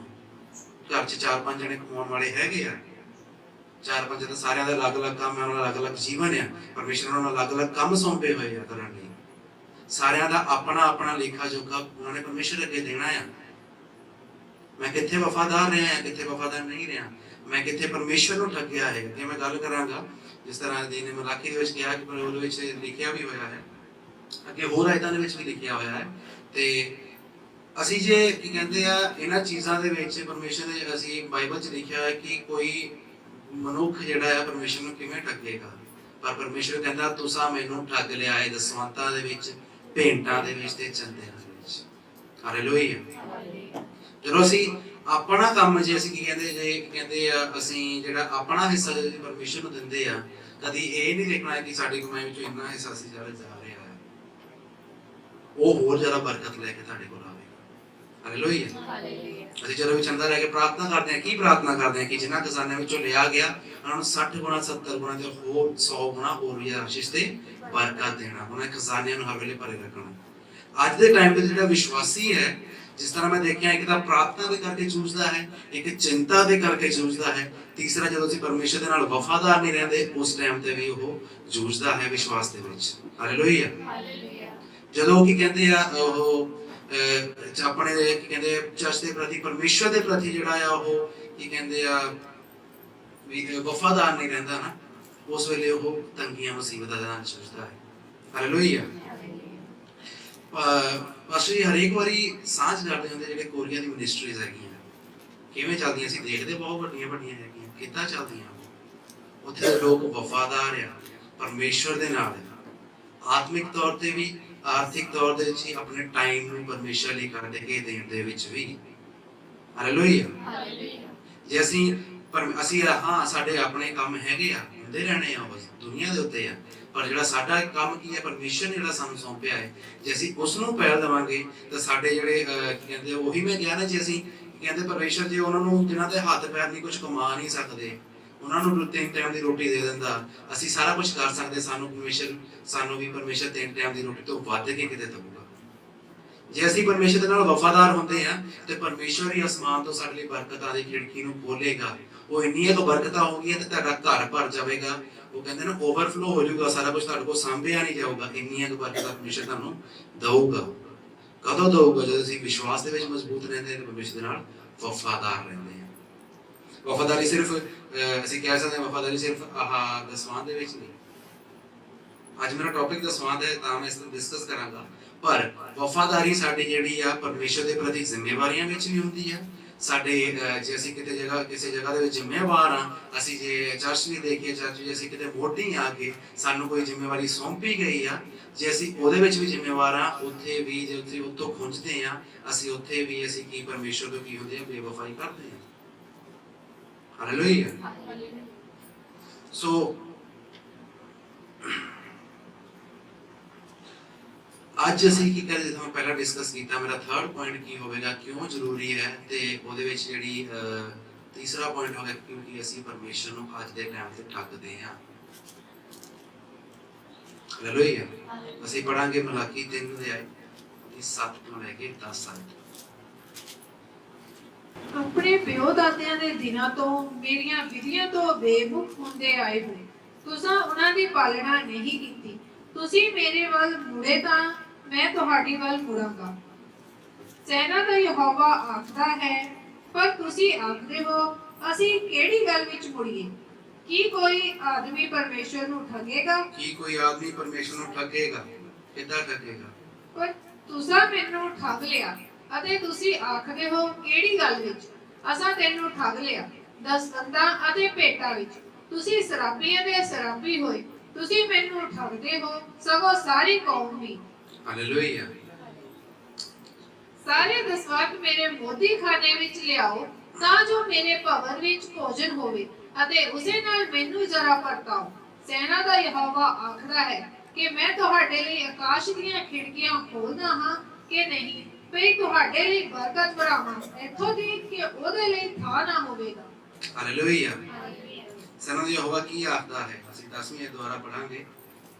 ਅਸੀਂ ਪੜਾਂਗੇ, ਸੈਨਾ ਯਹੋਵਾ ਆਖਦਾ ਹੈ ਕਿ ਮੈਂ ਤੁਹਾਡੇ ਲਈ ਆਕਾਸ਼ ਦੀਆਂ ਖਿੜਕੀਆਂ ਖੋਲਦਾ ਹਾਂ ਕਿ ਨਹੀਂ, ਭਈ ਤੁਹਾਡੇ ਲਈ ਬਰਕਤ ਭਰਾਵਾਂ, ਇੱਥੋਂ ਤੱਕ ਕਿ ਉਹ ਤੁਹਾਡੇ ਲਈ ਥਾਂ ਨਾ ਹੋਵੇਗਾ ਉਸ ਬਰਕਤ ਨੂੰ ਸੰਭਾਲਣ ਲਈ। ਹਾਲੇਲੂਇਆ। ਜੇ ਅਸੀਂ ਪਰਮੇਸ਼ਰ ਨਾਲ ਵਫਾਦਾਰ ਰਹਿੰਦੇ ਹਾਂ, ਪਰਮੇਸ਼ਰ ਵੀ ਸਾਡੇ ਨਾਲ ਵਫਾਦਾਰ ਰਹਿੰਦਾ ਹੈ। ਹਾਲੇਲੂਇਆ। ਇੱਥੇ ਕੀ ਆ, ਕਾਦੇ ਵਿੱਚ ਅਸੀਂ ਪਰਮੇਸ਼ਰ ਨੂੰ ਠੱਗਦੇ ਹਾਂ? ਦਸਵੰਧਾਂ ਦੇ ਭੇਟਾਂ ਦੇ ਵਿੱਚ। ਹਾਲੇਲੂਇਆ। ਜੇ ਅਸੀਂ ਪਰਮੇਸ਼ਰ ਨਾਲ ਦਸਵੰਧਾਂ ਦੇ ਭੇਟਾਂ ਦੇ ਵਿੱਚ ਵਫਾਦਾਰ ਨਹੀਂ ਰਹਿੰਦੇ, ਉਹ ਬਾਈਬਲ ਵਿੱਚ ਇੱਕ ਹੋਰ ਆਇਤ ਲਿਖੀ ਹੋਈ ਆ, ਕੀ ਲਿਖਿਆ? ਜਿਹੜੇ ਮਾਪ ਨਾਲ, ਜਿਹੜੇ ਫੀਤੇ ਨਾਲ ਮਿਣ ਕੇ ਤੂੰ ਮੈਨੂੰ ਦਿੰਦਾ ਹੈ, ਉਸੇ ਫੀਤੇ ਨਾਲ ਮਿਣ ਕੇ ਤੈਨੂੰ ਦਿੱਤਾ ਜਾਵੇਗਾ। ਜਿੰਨਾ ਅਸੀਂ ਪਰਮੇਸ਼ਰ ਨਾਲ ਵਫਾਦਾਰ ਰਹਿੰਦੇ, ਜਿੰਨਾ ਅਸੀਂ ਪਰਮੇਸ਼ਰ ਦੇ ਨਾਲ ਕੀ ਕਹਿੰਦੇ ਆ ਆਪਣੇ ਆਪ ਨੂੰ ਖੋਲਦੇ ਆ, ਉਨਾ ਹੀ ਪਰਮੇਸ਼ਰ ਸਾਨੂੰ ਦੇਵੇਗਾ। ਹਾਂ, ਪਰਮੇਸ਼ਰ ਸਾਡੀ ਲੋੜਾਂ ਜ਼ਰੂਰਤਾਂ ਨੂੰ ਜਾਣਦਾ ਹੈ, ਸਾਨੂੰ ਦਿੰਦਾ ਹੈ, ਪਰ ਜੇ ਅਸੀਂ ਲਗਾਤਾਰ ਹੀ ਪਰਮੇਸ਼ਰ ਦੇ ਕੀ ਕਹਿੰਦੇ ਆ ਚੀਜ਼ਾਂ ਦੇ ਵਿੱਚੋਂ ਪਰਮੇਸ਼ਰ ਦੇ ਜਿਹੜਾ ਪਰਮੇਸ਼ਰ ਦੇ ਹਿੱਸਿਆਂ ਨੂੰ ਅਸੀਂ ਨਹੀਂ ਦੇਵਾਂਗੇ, ਪਰਮੇਸ਼ਰ ਦਾ ਹਿੱਸਾ ਅਸੀਂ ਰੱਖ ਕੇ ਆਪਣੀ ਕਮਾਈ 'ਚ ਨਹੀਂ ਚੱਲਾਂਗੇ, ਅਸੀਂ ਦੇਖਾਂਗੇ ਕਿ ਸਾਡੀ ਕਮਾਈ ਜਿਹੜੀ ਆ ਜਾਂ ਫਿਰ ਸਾਡੇ ਜੀਵਨ 'ਚ ਮੁਸ਼ਕਲਾਂ ਦਾ ਆਉਣਾ ਸ਼ੁਰੂ ਹੋ ਜਾਵੇਗਾ। ਅਸੀਂ ਉਹ ਸ਼ੈਤਾਨ ਨੂੰ ਥਾਂ ਦੇ ਦੇਵਾਂਗੇ। ਹਾਲੇਲੂਇਆ। ਇਸੇ ਕਰਕੇ ਜਿਹੜੇ ਆ ਅੱਜ ਕੱਲ੍ਹ ਵਿਸ਼ਵਾਸੀ ਲੋਕਾਂ ਦੇ ਵਿੱਚ ਬਰਕਤ ਨਹੀਂ ਹੈ। ਵਿਸ਼ਵਾਸੀ ਲੋਕ ਆਰਥਿਕ ਤੰਗੀਆਂ ਦੇ ਨਾਲ ਜੂਝਦੇ ਆ। ਵਿਸ਼ਵਾਸੀ ਲੋਕ ਜਿਹੜੇ ਆ ਉਹ ਆਪਣੀਆਂ ਲੋੜਾਂ ਤੇ ਜ਼ਰੂਰਤਾਂ ਨੂੰ ਬਹੁਤ ਤੰਗ ਹੋ ਕੇ ਪਾਉਂਦੇ ਆ। ਇਸੇ ਕਰਕੇ ਜਦੋਂ ਅਸੀਂ ਪਰਮੇਸ਼ਰ ਨੂੰ ਠੱਗਦੇ ਆ, ਸ਼ੈਤਾਨ ਜਿਹੜਾ ਉਹ ਸਾਨੂੰ ਹੋਰ ਦੂਰ ਕਰ ਦਿੰਦਾ ਪਰਮੇਸ਼ਰ ਤੋਂ। ਹਾਲੇਲੂਇਆ। ਅੱਜ ਕੱਲ੍ਹ ਅਸੀਂ ਵਿਸ਼ਵਾਸੀ ਬਹੁਤ ਸਾਰੇ ਜਣੇ ਦੇਖਦੇ ਹਾਂ, ਵਿਸ਼ਵਾਸੀ ਜਿਹੜੇ ਆ ਜਿਨ੍ਹਾਂ ਨੇ ਆਰਥਿਕ ਸਥਿਤੀ ਕਮਜ਼ੋਰ ਹੋਵੇਗੀ, ਪਰਮੇਸ਼ਰ 'ਚ ਬਹੁਤ ਮਜ਼ਬੂਤ ਹੋਣਗੇ, ਉਦੋਂ ਆਪਣੇ ਜੇ ਅਸੀਂ ਕਵਾਂਗੇ ਕਿ ਉਹਨਾਂ ਨੂੰ ਜੇ ਕਮਾਈ ਬਹੁਤ ਘੱਟ ਹੈ, ਜੇ ਅਸੀਂ ਗਾੜੀ 1000 ਰੁਪਏ ਉਹਦੇ ਵਿੱਚ 100 ਰੁਪਏ ਕੱਢ ਕੇ ਦਊਗੇ, ਪਰ ਜੇ ਪਰਮੇਸ਼ਰ ਉਹਨਾਂ ਨੂੰ ਬਰਕਤ ਦਿੰਦਾ ਰਹਿੰਦਾ ਆ ਜਦੋਂ ਉਹਨਾਂ ਦੀ ਕਮਾਈ ਵੱਧ ਜਾਂਦੀ ਆ, ਉਹਦੇ ਵਿੱਚੋਂ 10ਵਾਂ ਹਿੱਸਾ ਨਹੀਂ ਕੱਢੂਗੇ ਉਹ। ਹਾਲੇਲੂਇਆ। ਜੇ ਹੁਣ ਕਿਸੇ ਦੀ ਕਮਾਈ 10,000 ਤੋਂ ਲੈ ਕੇ 20,000 ਤੱਕ ਚਲੀ ਗਈ ਆ, 20,000 ਵਿੱਚ 2,000 ਰੁਪਇਆ ਉਹ ਦਸਵੰਧ ਨਹੀਂ ਦੋਗੇ। 10ਵਾਂ ਹਿੱਸਾ ਸਟ੍ਰਿਕਟ ਨੋਟ ਆ ਪਰਮੇਸ਼ਰ ਵੱਲੋਂ। ਆਪਣਿਆਂ ਨੂੰ ਨਹੀਂ ਬਣਾਉਣਾ ਚਾਹੀਦਾ ਇਸ ਵਾਰੀ ਅਸੀਂ 5% ਦੇ ਦਿੰਦੇ ਆ, 9% ਦੇ ਦਿੰਦੇ ਆ। 10ਵਾਂ ਹਿੱਸਾ ਮਤਲਬ 10ਵਾਂ ਹਿੱਸਾ ਜਿਹੜਾ ਪਰਮੇਸ਼ਰ ਦਾ ਹੈ ਤੁਹਾਡੀ ਕਮਾਈ ਦੇ ਵਿੱਚੋਂ। ਇਹ ਕੋਈ ਅਸੀਂ ਆਪਣਾ ਕੁਝ ਕਰਕੇ ਨਹੀਂ ਦੇ ਰਹੇ, ਇਹ ਪਰਮੇਸ਼ਰ ਨੇ ਜਿਹੜਾ ਸਾਨੂੰ ਦਿੱਤਾ ਉਹਦੇ ਵਿੱਚੋਂ ਕੁਝ ਅਸੀਂ ਕੱਢ ਕੇ ਪਰਮੇਸ਼ਰ ਨੂੰ ਦੇ ਰਹੇ ਹਾਂ। ਜੇ ਅਸੀਂ ਉਹਦੇ ਵਿੱਚ ਵਫਾਦਾਰ ਨਹੀਂ ਰਹਿੰਦੇ ਤਾਂ ਸਾਡਾ ਜਿਹੜਾ ਆਤਮਿਕ ਜੀਵਨ ਆ, ਆਤਮਿਕ ਪਵਿੱਤਰਤਾ ਹੀ ਆ, ਉਹ ਡਿੱਗਣ ਲੱਗ ਪੈਂਦੀ ਆ। ਅਸੀਂ ਵਿਸ਼ਵਾਸ ਦੇ ਵਿੱਚ ਕਮਜ਼ੋਰ ਹੋਣ ਲੱਗ ਪੈਂਦੇ ਆ। ਅਸੀਂ ਮੁਸ਼ਕਲਾਂ ਦਾ ਸਾਹਮਣਾ ਕਰਦੇ ਆ, ਚਾਹੇ ਉਹ ਆਤਮਿਕ ਹੋਵੇ ਚਾਹੇ ਆਰਥਿਕ ਹੋਵੇ। ਸਾਡੇ ਜਿਹੜਾ ਸ਼ੈਤਾਨ ਹੈ ਉਹ ਸਾਡੇ ਵੀਕ ਪੁਆਇੰਟਸ ਨੂੰ ਹੀ ਟਾਰਗੇਟ ਕਰਦਾ ਹੈ। ਅੱਜ ਦੇ ਟਾਈਮ ਦੇ ਅਸੀਂ ਦੇਖੀਏ ਤਾਂ ਲੋਕ ਜਿਹੜੇ ਆ, ਦੁਨੀਆ ਜਿਹੜੀ ਹੈ ਕੀ ਕਹਿੰਦੇ ਆ, ਦੁਨੀਆ 'ਚ ਵੀ ਪੈਸਾ ਪੈਸਾ ਸਾਰਾ ਕੁਛ ਆ, ਪਰ ਨਹੀਂ, ਵਿਸ਼ਵਾਸੀ ਦੇ ਲਈ ਇੱਕ ਜਿਹੜਾ ਆ ਪੈਸਾ ਜ਼ਰੂਰੀ ਹੋਵੇਗਾ, ਉਹ ਇੱਕ ਨੀਡ ਹੈਗੀ ਆ, ਉਹ ਪਰਮੇਸ਼ਰ ਪੂਰਾ ਕਰਦਾ ਰਹਿੰਦਾ ਹੈ ਸਮੇਂ ਸਮੇਂ ਦੇ ਉੱਤੇ। ਪਰ ਜਦੋਂ ਇੱਕ ਵਿਸ਼ਵਾਸੀ ਜਦੋਂ ਲਾਲਚੀ ਹੋ ਜਾਂਦਾ, ਲੋਭੀ ਹੋ ਜਾਂਦਾ ਕਿ ਪਰਮੇਸ਼ਰ ਨੇ ਤਾਂ ਮੈਨੂੰ ਦੇ ਹੀ ਜਾਣਾ, ਹੋਰ ਕਿ ਮੈਂ ਅਗਲੀ ਵਾਰੀ ਵਿੱਚੋਂ ਦੇ ਦੂੰਗਾ ਥੋੜੇ ਜਿਹੇ ਹੋਰ, ਇਸ ਵਾਰੀ ਤਾਂ ਮੇਰਾ ਘਰ ਦਾ ਆਹ ਕੰਮ ਗਿਆ ਕਰਨ ਵਾਲਾ, ਮੈਂ ਇਹ ਕਰਨਾ ਹੈ, ਹਨਾ। ਕਦੀ ਕਦੀ ਕਰਦੇ ਹਾਂ, ਸਾਰੇ ਜਨ ਸਭ ਨੇ ਕੀਤਾ ਹੈ, ਬਹੁਤ ਸਾਰੀ ਗੱਲ ਕੀ, ਜਦੋਂ ਅਸੀਂ ਪਰਮੇਸ਼ਰ ਨਾਲ ਵਫਾਦਾਰ ਨਹੀਂ ਰਹਿੰਦੇ, ਅਸੀਂ ਜਦੋਂ ਸਾਡੇ ਕੋਲ ਥੋੜੀ ਥੋੜੀ ਕਮਾਈ ਹੁੰਦੀ ਉਹਦੇ ਵਿੱਚ 10ਵਾਂ ਹਿੱਸਾ ਕੱਢ ਕੇ ਦੇ ਦਿੰਦੇ ਹਾਂ, ਪਰ ਜਦੋਂ ਸਾਡੇ ਕੋਲ ਬਹੁਤ ਜ਼ਿਆਦਾ ਕਮਾਈ ਹੁੰਦੀ ਉਹਦੇ ਵਿੱਚ ਅਸੀਂ 10ਵਾਂ ਹਿੱਸਾ ਕੱਢਣ ਚ ਝਿਜਕਦੇ ਹਾਂ, ਇੱਕ ਵਾਰੀ ਸੋਚਦੇ ਹਾਂ। ਕਦੀ ਕਦੀ ਸ਼ੈਤਾਨ ਸਾਡੇ, ਜਦੋਂ ਅਸੀਂ ਦਿਮਾਗ ਨਾਲ ਸੋਚਣ ਲੱਗ ਪੈਂਦੇ ਨਾ, ਉਹੀ ਗੱਲ ਪਿਛਲੇ ਵਚਨ ਜਿਵੇਂ ਸਾਂਝ ਕੀਤਾ, ਜਦੋਂ ਦਿਮਾਗ 'ਚ ਸੋਚਣ ਲੱਗ ਪੈਂਦੇ ਨਾ, ਇੱਕ ਵਾਰੀ ਜੇ ਸਾਡੇ ਦਿਮਾਗ 'ਚ ਕੋਈ ਵੀ ਉਹ ਹਲਕੀ ਚੰਗਿਆੜੀ ਵੀ ਆ ਗਈ, ਉਹਨੂੰ ਅੱਗ ਬਣਨ 'ਚ ਸ਼ੈਤਾਨ ਜਿਹੜਾ ਟਾਈਮ ਨਹੀਂ ਲਾਉਂਦਾ, ਉਹਦਾ ਪੈਟਰੋਲ ਸੱਟ ਦਿੰਦਾ, ਐ ਕਰਕੇ ਐ ਅੱਗ ਬਣਦੀ। ਇੱਕ ਖਿਆਲ ਸਾਡੇ ਦਿਮਾਗ 'ਚ ਆਉਂਦਾ ਹੈ, 100 ਖਿਆਲ ਸਾਡੇ ਦਿਮਾਗ 'ਚ ਹੋਰ ਪਾ ਦਿੰਦਾ। ਹਾਲੇਲੂਇਆ। ਪਰ ਅਸੀਂ ਕੀ ਕਰਨਾ ਹੈ? ਸਟ੍ਰਿਕਟ ਤੌਰ ਤੇ ਸਾਰੇ, ਜਿੰਨੇ ਮਰਜ਼ੀ ਮੁਸ਼ਕਲਾਂ ਦੇ ਵਿੱਚ ਕਿਉਂ ਨਾ ਆਈ, ਜਿੰਨੀ ਮਰਜ਼ੀ ਸਾਡੀ ਲੋੜਾਂ ਜ਼ਰੂਰਤਾਂ ਕਿਉਂ ਨਾ ਹੋਣ, ਪਰਮੇਸ਼ਰ ਸਾਨੂੰ ਜਾਣਦਾ ਹੈ, ਸਾਡੀਆਂ ਲੋੜਾਂ ਨੂੰ ਜਾਣਦਾ ਹੈ, ਹਰੇਕ ਚੀਜ਼ ਨੂੰ ਪਰਮੇਸ਼ਰ ਜਾਣਦਾ ਹੈ। ਪਰਮੇਸ਼ਰ ਉਹਨੂੰ ਪੂਰੀਆਂ ਕਰੇਗਾ। ਕਿੱਦਾਂ ਪੂਰੀਆਂ ਕਰੇਗਾ? ਜਦੋਂ ਅਸੀਂ ਪਰਮੇਸ਼ਰ ਦੇ ਨਾਲ ਵਫਾਦਾਰ ਹੋਵਾਂਗੇ। ਜੇ ਅਸੀਂ ਪਰਮੇਸ਼ਰ ਦੇ ਨਾਲ ਹੀ ਵਫਾਦਾਰ ਨਹੀਂ ਆ, ਤਾਂ ਪਰਮੇਸ਼ਰ ਕੀ ਕਹਿੰਦੇ ਆ, ਸ਼ੈਤਾਨ ਜਿਹੜਾ ਉਹ ਤਾਂ ਸਾਨੂੰ ਖਿੱਚ ਕੇ ਦੂਰ ਕਰ ਦੂਗਾ ਸਾਡੇ। ਅਸੀਂ ਨਾ ਇੱਕ ਕਦਮ ਅੱਗੇ, 2 ਕਦਮ ਅੱਗੇ ਜਾਵਾਂਗੇ, ਥੋੜੀ ਜਿਹੀ ਗਲਤੀ ਕਰਦੇ ਸਾਨੂੰ 50 ਕਦਮ ਜਾਂ 10 ਕਦਮ ਦੇ ਅੱਗੇ ਪਿੱਛੇ ਜਾਂਦਾ ਸ਼ੈਤਾਨ, ਖਿੱਚ ਕੇ ਲੱਤ ਮਾਰਦਾ, ਚੱਲ ਹੋਏ। ਇੰਨੀ ਕੀ ਗੱਲ 'ਚ ਵੀ ਪਹੁੰਚਦੇ ਆ। ਸਾਡਾ ਵੈਰੀ ਬਹੁਤ ਤਾਕਤਵਰ ਹੈ ਸਾਡੇ ਨਾਲੋਂ, ਪਰ ਸਾਡੇ ਪਰਮੇਸ਼ਵਰ ਨਾਲੋਂ ਨਹੀਂ। ਸਾਡਾ ਵੈਰੀ ਸਾਡੇ ਨਾਲੋਂ ਤਾਕਤਵਰ ਹੈ, ਪਰ ਸਾਡੇ ਨਾਲ ਕੌਣ ਹੈ? ਸਾਡੇ ਵਿੱਚ ਕਿਹਦੀ ਤਾਕਤ ਹੈ? ਉੱਚੀ ਬੋਲਾਂਗੇ, ਕਿਹਦੀ ਤਾਕਤ ਹੈ? ਜਦੋਂ ਸਾਡੇ 'ਚ ਪਰਮੇਸ਼ਵਰ ਦੀ ਤਾਕਤ ਹੁੰਦੀ ਹੈ, ਅਸੀਂ ਚਿੰਤਾ ਕਿਉਂ ਕਰਦੇ ਹਾਂ? ਝਿਜਕਦੇ ਕਿਉਂ ਆ? ਪਰਮੇਸ਼ਰ ਨੇ ਜੋ ਸਾਨੂੰ ਦਿੱਤਾ ਹੈ, ਅਸੀਂ ਉਹਦੇ ਵਿੱਚੋਂ ਹੀ ਹਿੱਸਾ ਦੇਣਾ ਹੈ। ਪਰਮੇਸ਼ਰ ਚਾਹੂਗਾ ਸਾਨੂੰ ਅੱਜ ਕੋਈ ਵੀ ਜਿੱਦਾਂ ਮਰਜ਼ੀ ਵੱਡਾ ਸਾਡਾ ਕੰਮ ਕਿਉਂ ਨਾ ਚੱਲ ਰਿਹਾ ਹੋਵੇ, ਉਹਨੂੰ ਬੰਦ ਕਰ ਦੂਗਾ 1 ਮਿੰਟ ਦੇ ਵਿੱਚ। ਵੱਡੇ ਵੱਡੇ ਬਿਜ਼ਨਸ ਅਸੀਂ ਫੇਲ ਹੁੰਦੇ ਕਿੱਦਾਂ ਦੇਖੇ ਆ? ਰਾਤ ਦੇ ਰਾਤ, ਰਾਤੀ ਸੁੱਤਾ, ਸਵੇਰੇ ਉੱਠਿਆ, ਬਿਜ਼ਨਸ ਬੰਦ। ਸਾਡੇ ਅੱਗੇ ਮੁਸ਼ਕਲਾਂ ਕਿਉਂ ਆਉਂਦੀਆਂ? ਸਾਡੇ ਅੱਗੇ ਤੰਗੀਆਂ ਕਿਉਂ ਆਉਂਦੀਆਂ? ਜਦ ਕਿ ਅਸੀਂ ਤਾਂ ਪਰਮੇਸ਼ਰ ਸਹੀ ਤਰ੍ਹਾਂ ਚੱਲਦੇ ਹਾਂ। ਅਸੀਂ ਤਾਂ ਕਹਿੰਦੇ ਅਸੀਂ ਰੋਜ਼ ਪ੍ਰਾਰਥਨਾ ਵੀ ਕਰਦੇ, ਅਸੀਂ ਬਾਈਬਲ ਵੀ ਪੜ੍ਹਦੇ ਹਾਂ, ਅਸੀਂ ਪਰਮੇਸ਼ਰ ਦੇ ਵਚਨਾਂ ਵਿੱਚੋਂ ਵੀ ਬਹੁਤ ਕੁਝ ਕਰਦੇ ਹਾਂ, ਪਰ ਅਸੀਂ ਵਚਨਾਂ ਉੱਤੇ ਵੀ ਚੱਲਦੇ ਹਾਂ। ਪਰ ਸਾਡੀਆਂ ਸਿਰਫ ਇਹ 3 ਜ਼ਿੰਮੇਵਾਰੀਆਂ ਸਾਡੇ ਨਿੱਜੀ ਜੀਵਨ ਦੀਆਂ ਹੈ। ਸਾਡਾ ਜੀਵਨ ਸਿਰਫ ਨਿੱਜੀ ਹੀ ਨਹੀਂ ਹੈ। ਜਦੋਂ ਅਸੀਂ ਵਿਸ਼ਵਾਸੀ ਹਾਂ, ਸਾਡੀਆਂ ਜ਼ਿੰਮੇਵਾਰੀਆਂ ਸਾਡੇ ਆਪ ਦੇ ਪ੍ਰਤੀ ਵੀ ਆ, ਸਾਡੇ ਨਾਲ ਦੇ ਭਾਈ ਭੈਣਾਂ ਦੇ ਪ੍ਰਤੀ ਵੀ ਆ। ਅਸੀਂ ਜਿੱਥੇ ਅਸੀਂ ਜਿਹੜੀ ਸਾਡਾ ਜਿਹੜਾ ਚਰਚ ਹੈ, ਸਾਡੇ ਉਹਦੇ ਪ੍ਰਤੀ ਵੀ ਸਾਡੀਆਂ ਜ਼ਿੰਮੇਵਾਰੀਆਂ ਹੈ। ਅਸੀਂ ਆਪਣੀ ਨਿੱਜੀ ਜ਼ਿੰਮੇਵਾਰੀ ਨੂੰ ਪੂਰੀਆਂ ਕਰਦੇ ਹਾਂ ਤੇ ਅਸੀਂ ਕਹਿੰਦੇ ਹਾਂ ਕਿ ਹਾਂ ਅਸੀਂ ਬਹੁਤ ਵਧੀਆ ਹਾਂ, ਅਸੀਂ ਤਾਂ ਪਰਮੇਸ਼ਰ ਦੇ ਸਾਰੇ ਕੰਮ ਕਰਦੇ ਹਾਂ। ਉਹੀ ਨਾ ਕਿ ਜਿਹੜਾ ਸ਼ੈਤਾਨ ਹੈ ਨਾ, ਸਾਨੂੰ ਕਦੀ ਕਦੀ ਕੀ ਕਰਦਾ ਆ, ਸਾਨੂੰ ਜਦੋਂ ਸਾਡੇ ਦਿਮਾਗ 'ਚ ਕੋਈ ਗੱਲ ਵੀ ਹੋਵੇ, ਉਹ ਸਾਨੂੰ ਨਾ ਇੰਨੀ ਜ਼ਿਆਦਾ ਛੋਟੀ ਕਰ ਦਿੰਦਾ ਨਾ ਕਿ ਸਾਨੂੰ ਲੱਗਦਾ ਕਿ ਅਸੀਂ ਆਹ ਤਾਂ ਕਰ ਰਹੇ ਹਾਂ। ਸਾਨੂੰ ਇਹ ਲੱਗਦਾ ਕਿ ਹਾਂ ਅਸੀਂ ਉਹਦੇ ਬਦਲੇ 'ਚ ਆਹ ਕਰ ਰਹੇ ਹਾਂ। ਅਸੀਂ ਉਹਨਾਂ ਜ਼ਿੰਮੇਵਾਰੀਆਂ ਜਿਹੜੀਆਂ ਲੋੜੀਂਦੀਆਂ ਉਹਨੂੰ ਭੁੱਲ ਜਾਂਦੇ ਹਾਂ। ਕਦੀ ਕਦੀ ਕਰਦੇ ਆ ਨਾ ਅਸੀਂ ਨਿੱਜੀ ਜੀਵਨ ਦੀ ਜਿਹੜੀ ਜ਼ਿੰਮੇਵਾਰੀਆਂ ਸਾਡੀਆਂ ਕੀ ਆ, ਪਰਮੇਸ਼ਰ ਦੇ ਅੱਗੇ ਅਸੀਂ ਕੀ ਕਰਨਾ ਹੈ? ਪਰਮੇਸ਼ਰ ਦੀ ਪ੍ਰਾਰਥਨਾਵਾਂ ਕਰਨੀਆਂ, ਪਰਮੇਸ਼ਰ ਦੇ ਰੋਜ਼ ਬਾਈਬਲ ਪੜ੍ਹਨੀ ਆ, ਪਰਮੇਸ਼ਰ ਦੇ ਵਚਨਾਂ ਨੂੰ ਜਿੱਥੇ ਸਾਨੂੰ ਮੌਕਾ ਮਿਲਦਾ ਹੈ, ਪਰਮੇਸ਼ਰ ਸਾਨੂੰ ਬੰਦੇ ਦਾ ਦਿਖਾਉਂਦਾ ਹੈ, ਸਾਨੂੰ ਸੁਸਮਾਚਾਰ ਸੁਣਾਉਣਾ ਹੈ। ਪਰ ਸਾਡੇ ਚਰਚ ਦੇ ਪ੍ਰਤੀ ਸਾਡੀ ਜ਼ਿੰਮੇਵਾਰੀਆਂ ਕੀ ਆ? ਤੇ ਸਾਨੂੰ ਕੋਈ ਉੱਥੇ ਸਾਨੂੰ ਕੋਈ ਸਥਾਨ ਸਾਨੂੰ ਦਿੱਤਾ ਗਿਆ ਹੈ, ਕੋਈ ਕੰਮ ਜ਼ਿੰਮੇਵਾਰੀ ਦਿੱਤੀ ਗਈ, ਉਹਨੂੰ ਪੂਰਾ ਕਰਨਾ। ਸਭ ਤੋਂ ਵੱਡੀ ਜਿਹੜੀ ਸਭ ਤੋਂ ਕਾਮਨ ਜ਼ਿੰਮੇਵਾਰੀ ਚਰਚ ਦੇ ਪ੍ਰਤੀ ਕੀ ਹੈ? ਸਾਡੀ ਦਸਵਾਨ ਦੇਣਾ, ਪਰਮੇਸ਼ਰ ਦੇ ਪ੍ਰਤੀ ਵਫਾਦਾਰ ਹੋਣਾ। ਜੇ ਅਸੀਂ ਪਰਮੇਸ਼ਰ ਦੇ ਪ੍ਰਤੀ ਵਫਾਦਾਰ ਨਹੀਂ ਹੋਵਾਂਗੇ ਤਾਂ ਪਰਮੇਸ਼ਰ ਕੀ ਆ, ਉਹ ਇੱਕ ਚੀਜ਼ ਨੂੰ ਸ਼ੈਤਾਨ ਸਾਡੇ ਤੋਂ ਛੋਟਾ ਕਰ ਦੂਗਾ, ਪਰ ਬਾਅਦ ਚ ਕੋਈ ਚੀਜ਼ ਹੈ ਨਾ ਉਹ ਸਾਨੂੰ ਦਿਖਾਉਣ 'ਚ ਛੋਟਾ ਕਰਦਾ, ਪਰ ਸਾਡੇ ਜੀਵਨ 'ਚ ਇਫੈਕਟ ਪੈਂਦਾ ਉਹਦਾ ਬਹੁਤ ਜ਼ਿਆਦਾ। ਬਹੁਤ ਚੀਜ਼ਾਂ 'ਚ ਅਸੀਂ ਥੱਲੇ ਜਾਂਦੇ ਹਾਂ, ਅਸੀਂ ਹੌਲੀ ਹੌਲੀ ਸਾਡਾ ਨਿੱਜੀ ਜੀਵਨ ਵੀ ਉਹਦੇ ਨਾਲ ਇਫੈਕਟ ਹੋਣਾ ਸ਼ੁਰੂ ਹੋ ਜਾਂਦਾ ਹੈ। ਹਾਲੇਲੂਇਆ। ਇਹ ਕੁਝ ਮੈਂ ਆਪਣੇ ਵੱਲੋਂ ਨਹੀਂ ਕਰ ਰਿਹਾ, ਪਰਮੇਸ਼ਰ ਦੇ ਵਚਨਾਂ ਵਿੱਚ ਲਿਖਿਆ ਹੈ। ਕੀ ਹੈ? ਜ਼ਰੂਰੀ ਆ। ਕੋਈ ਕਹਿੰਦੇ ਇਹ ਕੋਈ ਤਰ੍ਹਾਂ ਟੈਕਸ ਨਹੀਂ ਹੈ, ਤੇ ਗਵਰਨਮੈਂਟ ਟੈਕਸ ਨੂੰ ਤੁਹਾਨੂੰ ਦੇਣਾ ਹੀ ਦੇਣਾ ਪੈਣਾ ਹੈ। ਪਰ ਇਹ ਪਰਮੇਸ਼ਵਰ ਦਾ ਹੁਕਮ ਆ। ਪਰਮੇਸ਼ਵਰ ਦਾ ਹੁਕਮ ਜਿਹੜਾ ਸਭ ਤੋਂ ਉੱਤਮ ਹੈ, ਸਭ ਤੋਂ ਉੱਪਰ ਹੈ। ਪਰਮੇਸ਼ਵਰ ਦਾ ਹੁਕਮ ਦੁਨਿਆਵੀ ਦੀ ਹਰੇਕ ਚੀਜ਼ ਤੋਂ ਬਹੁਤ ਉੱਪਰ ਹੈ, ਸਾਡੇ ਜੀਵਨਾਂ ਤੋਂ ਬਹੁਤ ਉੱਪਰ ਹੈ, ਸਾਡੀ ਹਰ ਲੋੜ ਜ਼ਰੂਰਤ ਤੋਂ ਬਹੁਤ ਉੱਪਰ ਹੈ ਪਰਮੇਸ਼ਵਰ ਦਾ ਹੁਕਮ। ਜੇ ਅਸੀਂ ਪਰਮੇਸ਼ਵਰ ਦੇ ਬਾਕੀ ਹੁਕਮਾਂ ਨੂੰ ਮੰਨਦੇ ਹਾਂ ਤੇ ਉਹ ਇੱਕ ਹੁਕਮ ਨੂੰ ਕਿਉਂ ਛੱਡ ਦਿੰਦੇ ਹਾਂ? ਪੇਪਰਾਂ ਦੀ ਤਿਆਰੀ ਕਰਦੇ ਆ ਨਾ ਕਈ ਨਿਆਣੇ, ਕੀ ਕਰਦੇ ਆ ਕਿ ਉੱਪਰ ਇਹ ਟੌਪਿਕ ਪੜ੍ਹ ਲੈਂਦੇ ਆ, ਇੱਕ ਅੱਧਾ ਟੌਪਿਕ ਛੱਡ ਦਿੰਦੇ ਆ, ਇਹ ਤਾਂ ਇੰਪੋਰਟੈਂਟ ਹੀ ਨਹੀਂ ਹੈਗਾ, ਉਹ ਸਾਨੂੰ ਇੰਪੋਰਟੈਂਟ ਨਹੀਂ ਦਿਖ ਰਿਹਾ ਹੁੰਦਾ। ਫਿਰ ਬਾਅਦ ਚ ਜਦੋਂ ਕੁਐਸਚਨ ਆ ਜਾਂਦਾ ਫਿਰ ਹੁੰਦਾ ਨਾ। ਏਦਾਂ ਹੀ ਜੇ ਅਸੀਂ ਉਹ ਸਾਰੇ ਹੁਕਮਾਂ ਨੂੰ ਮੰਨ ਕੇ ਇੱਕ ਹੁਕਮ ਛੱਡ ਦੂੰਗੇ, ਜਦੋਂ ਉਸ ਹੁਕਮ ਦੇ ਬਿਹਾਫ ਦੇ ਉੱਤੇ ਸਾਨੂੰ ਕੋਈ ਸਵਾਲ ਕਰੇਗਾ, ਸਵਾਲ ਤਾਂ ਚਲੋ ਬਹੁਤ ਕੋਈ ਇਸ ਚੀਜ਼ ਦੇ ਸਵਾਲ ਸਾਨੂੰ ਨਹੀਂ ਕਰੇਗੀ, ਸਾਡੀ ਨਿੱਜੀ ਜ਼ਿੰਮੇਵਾਰੀ ਹੈ ਉਹ।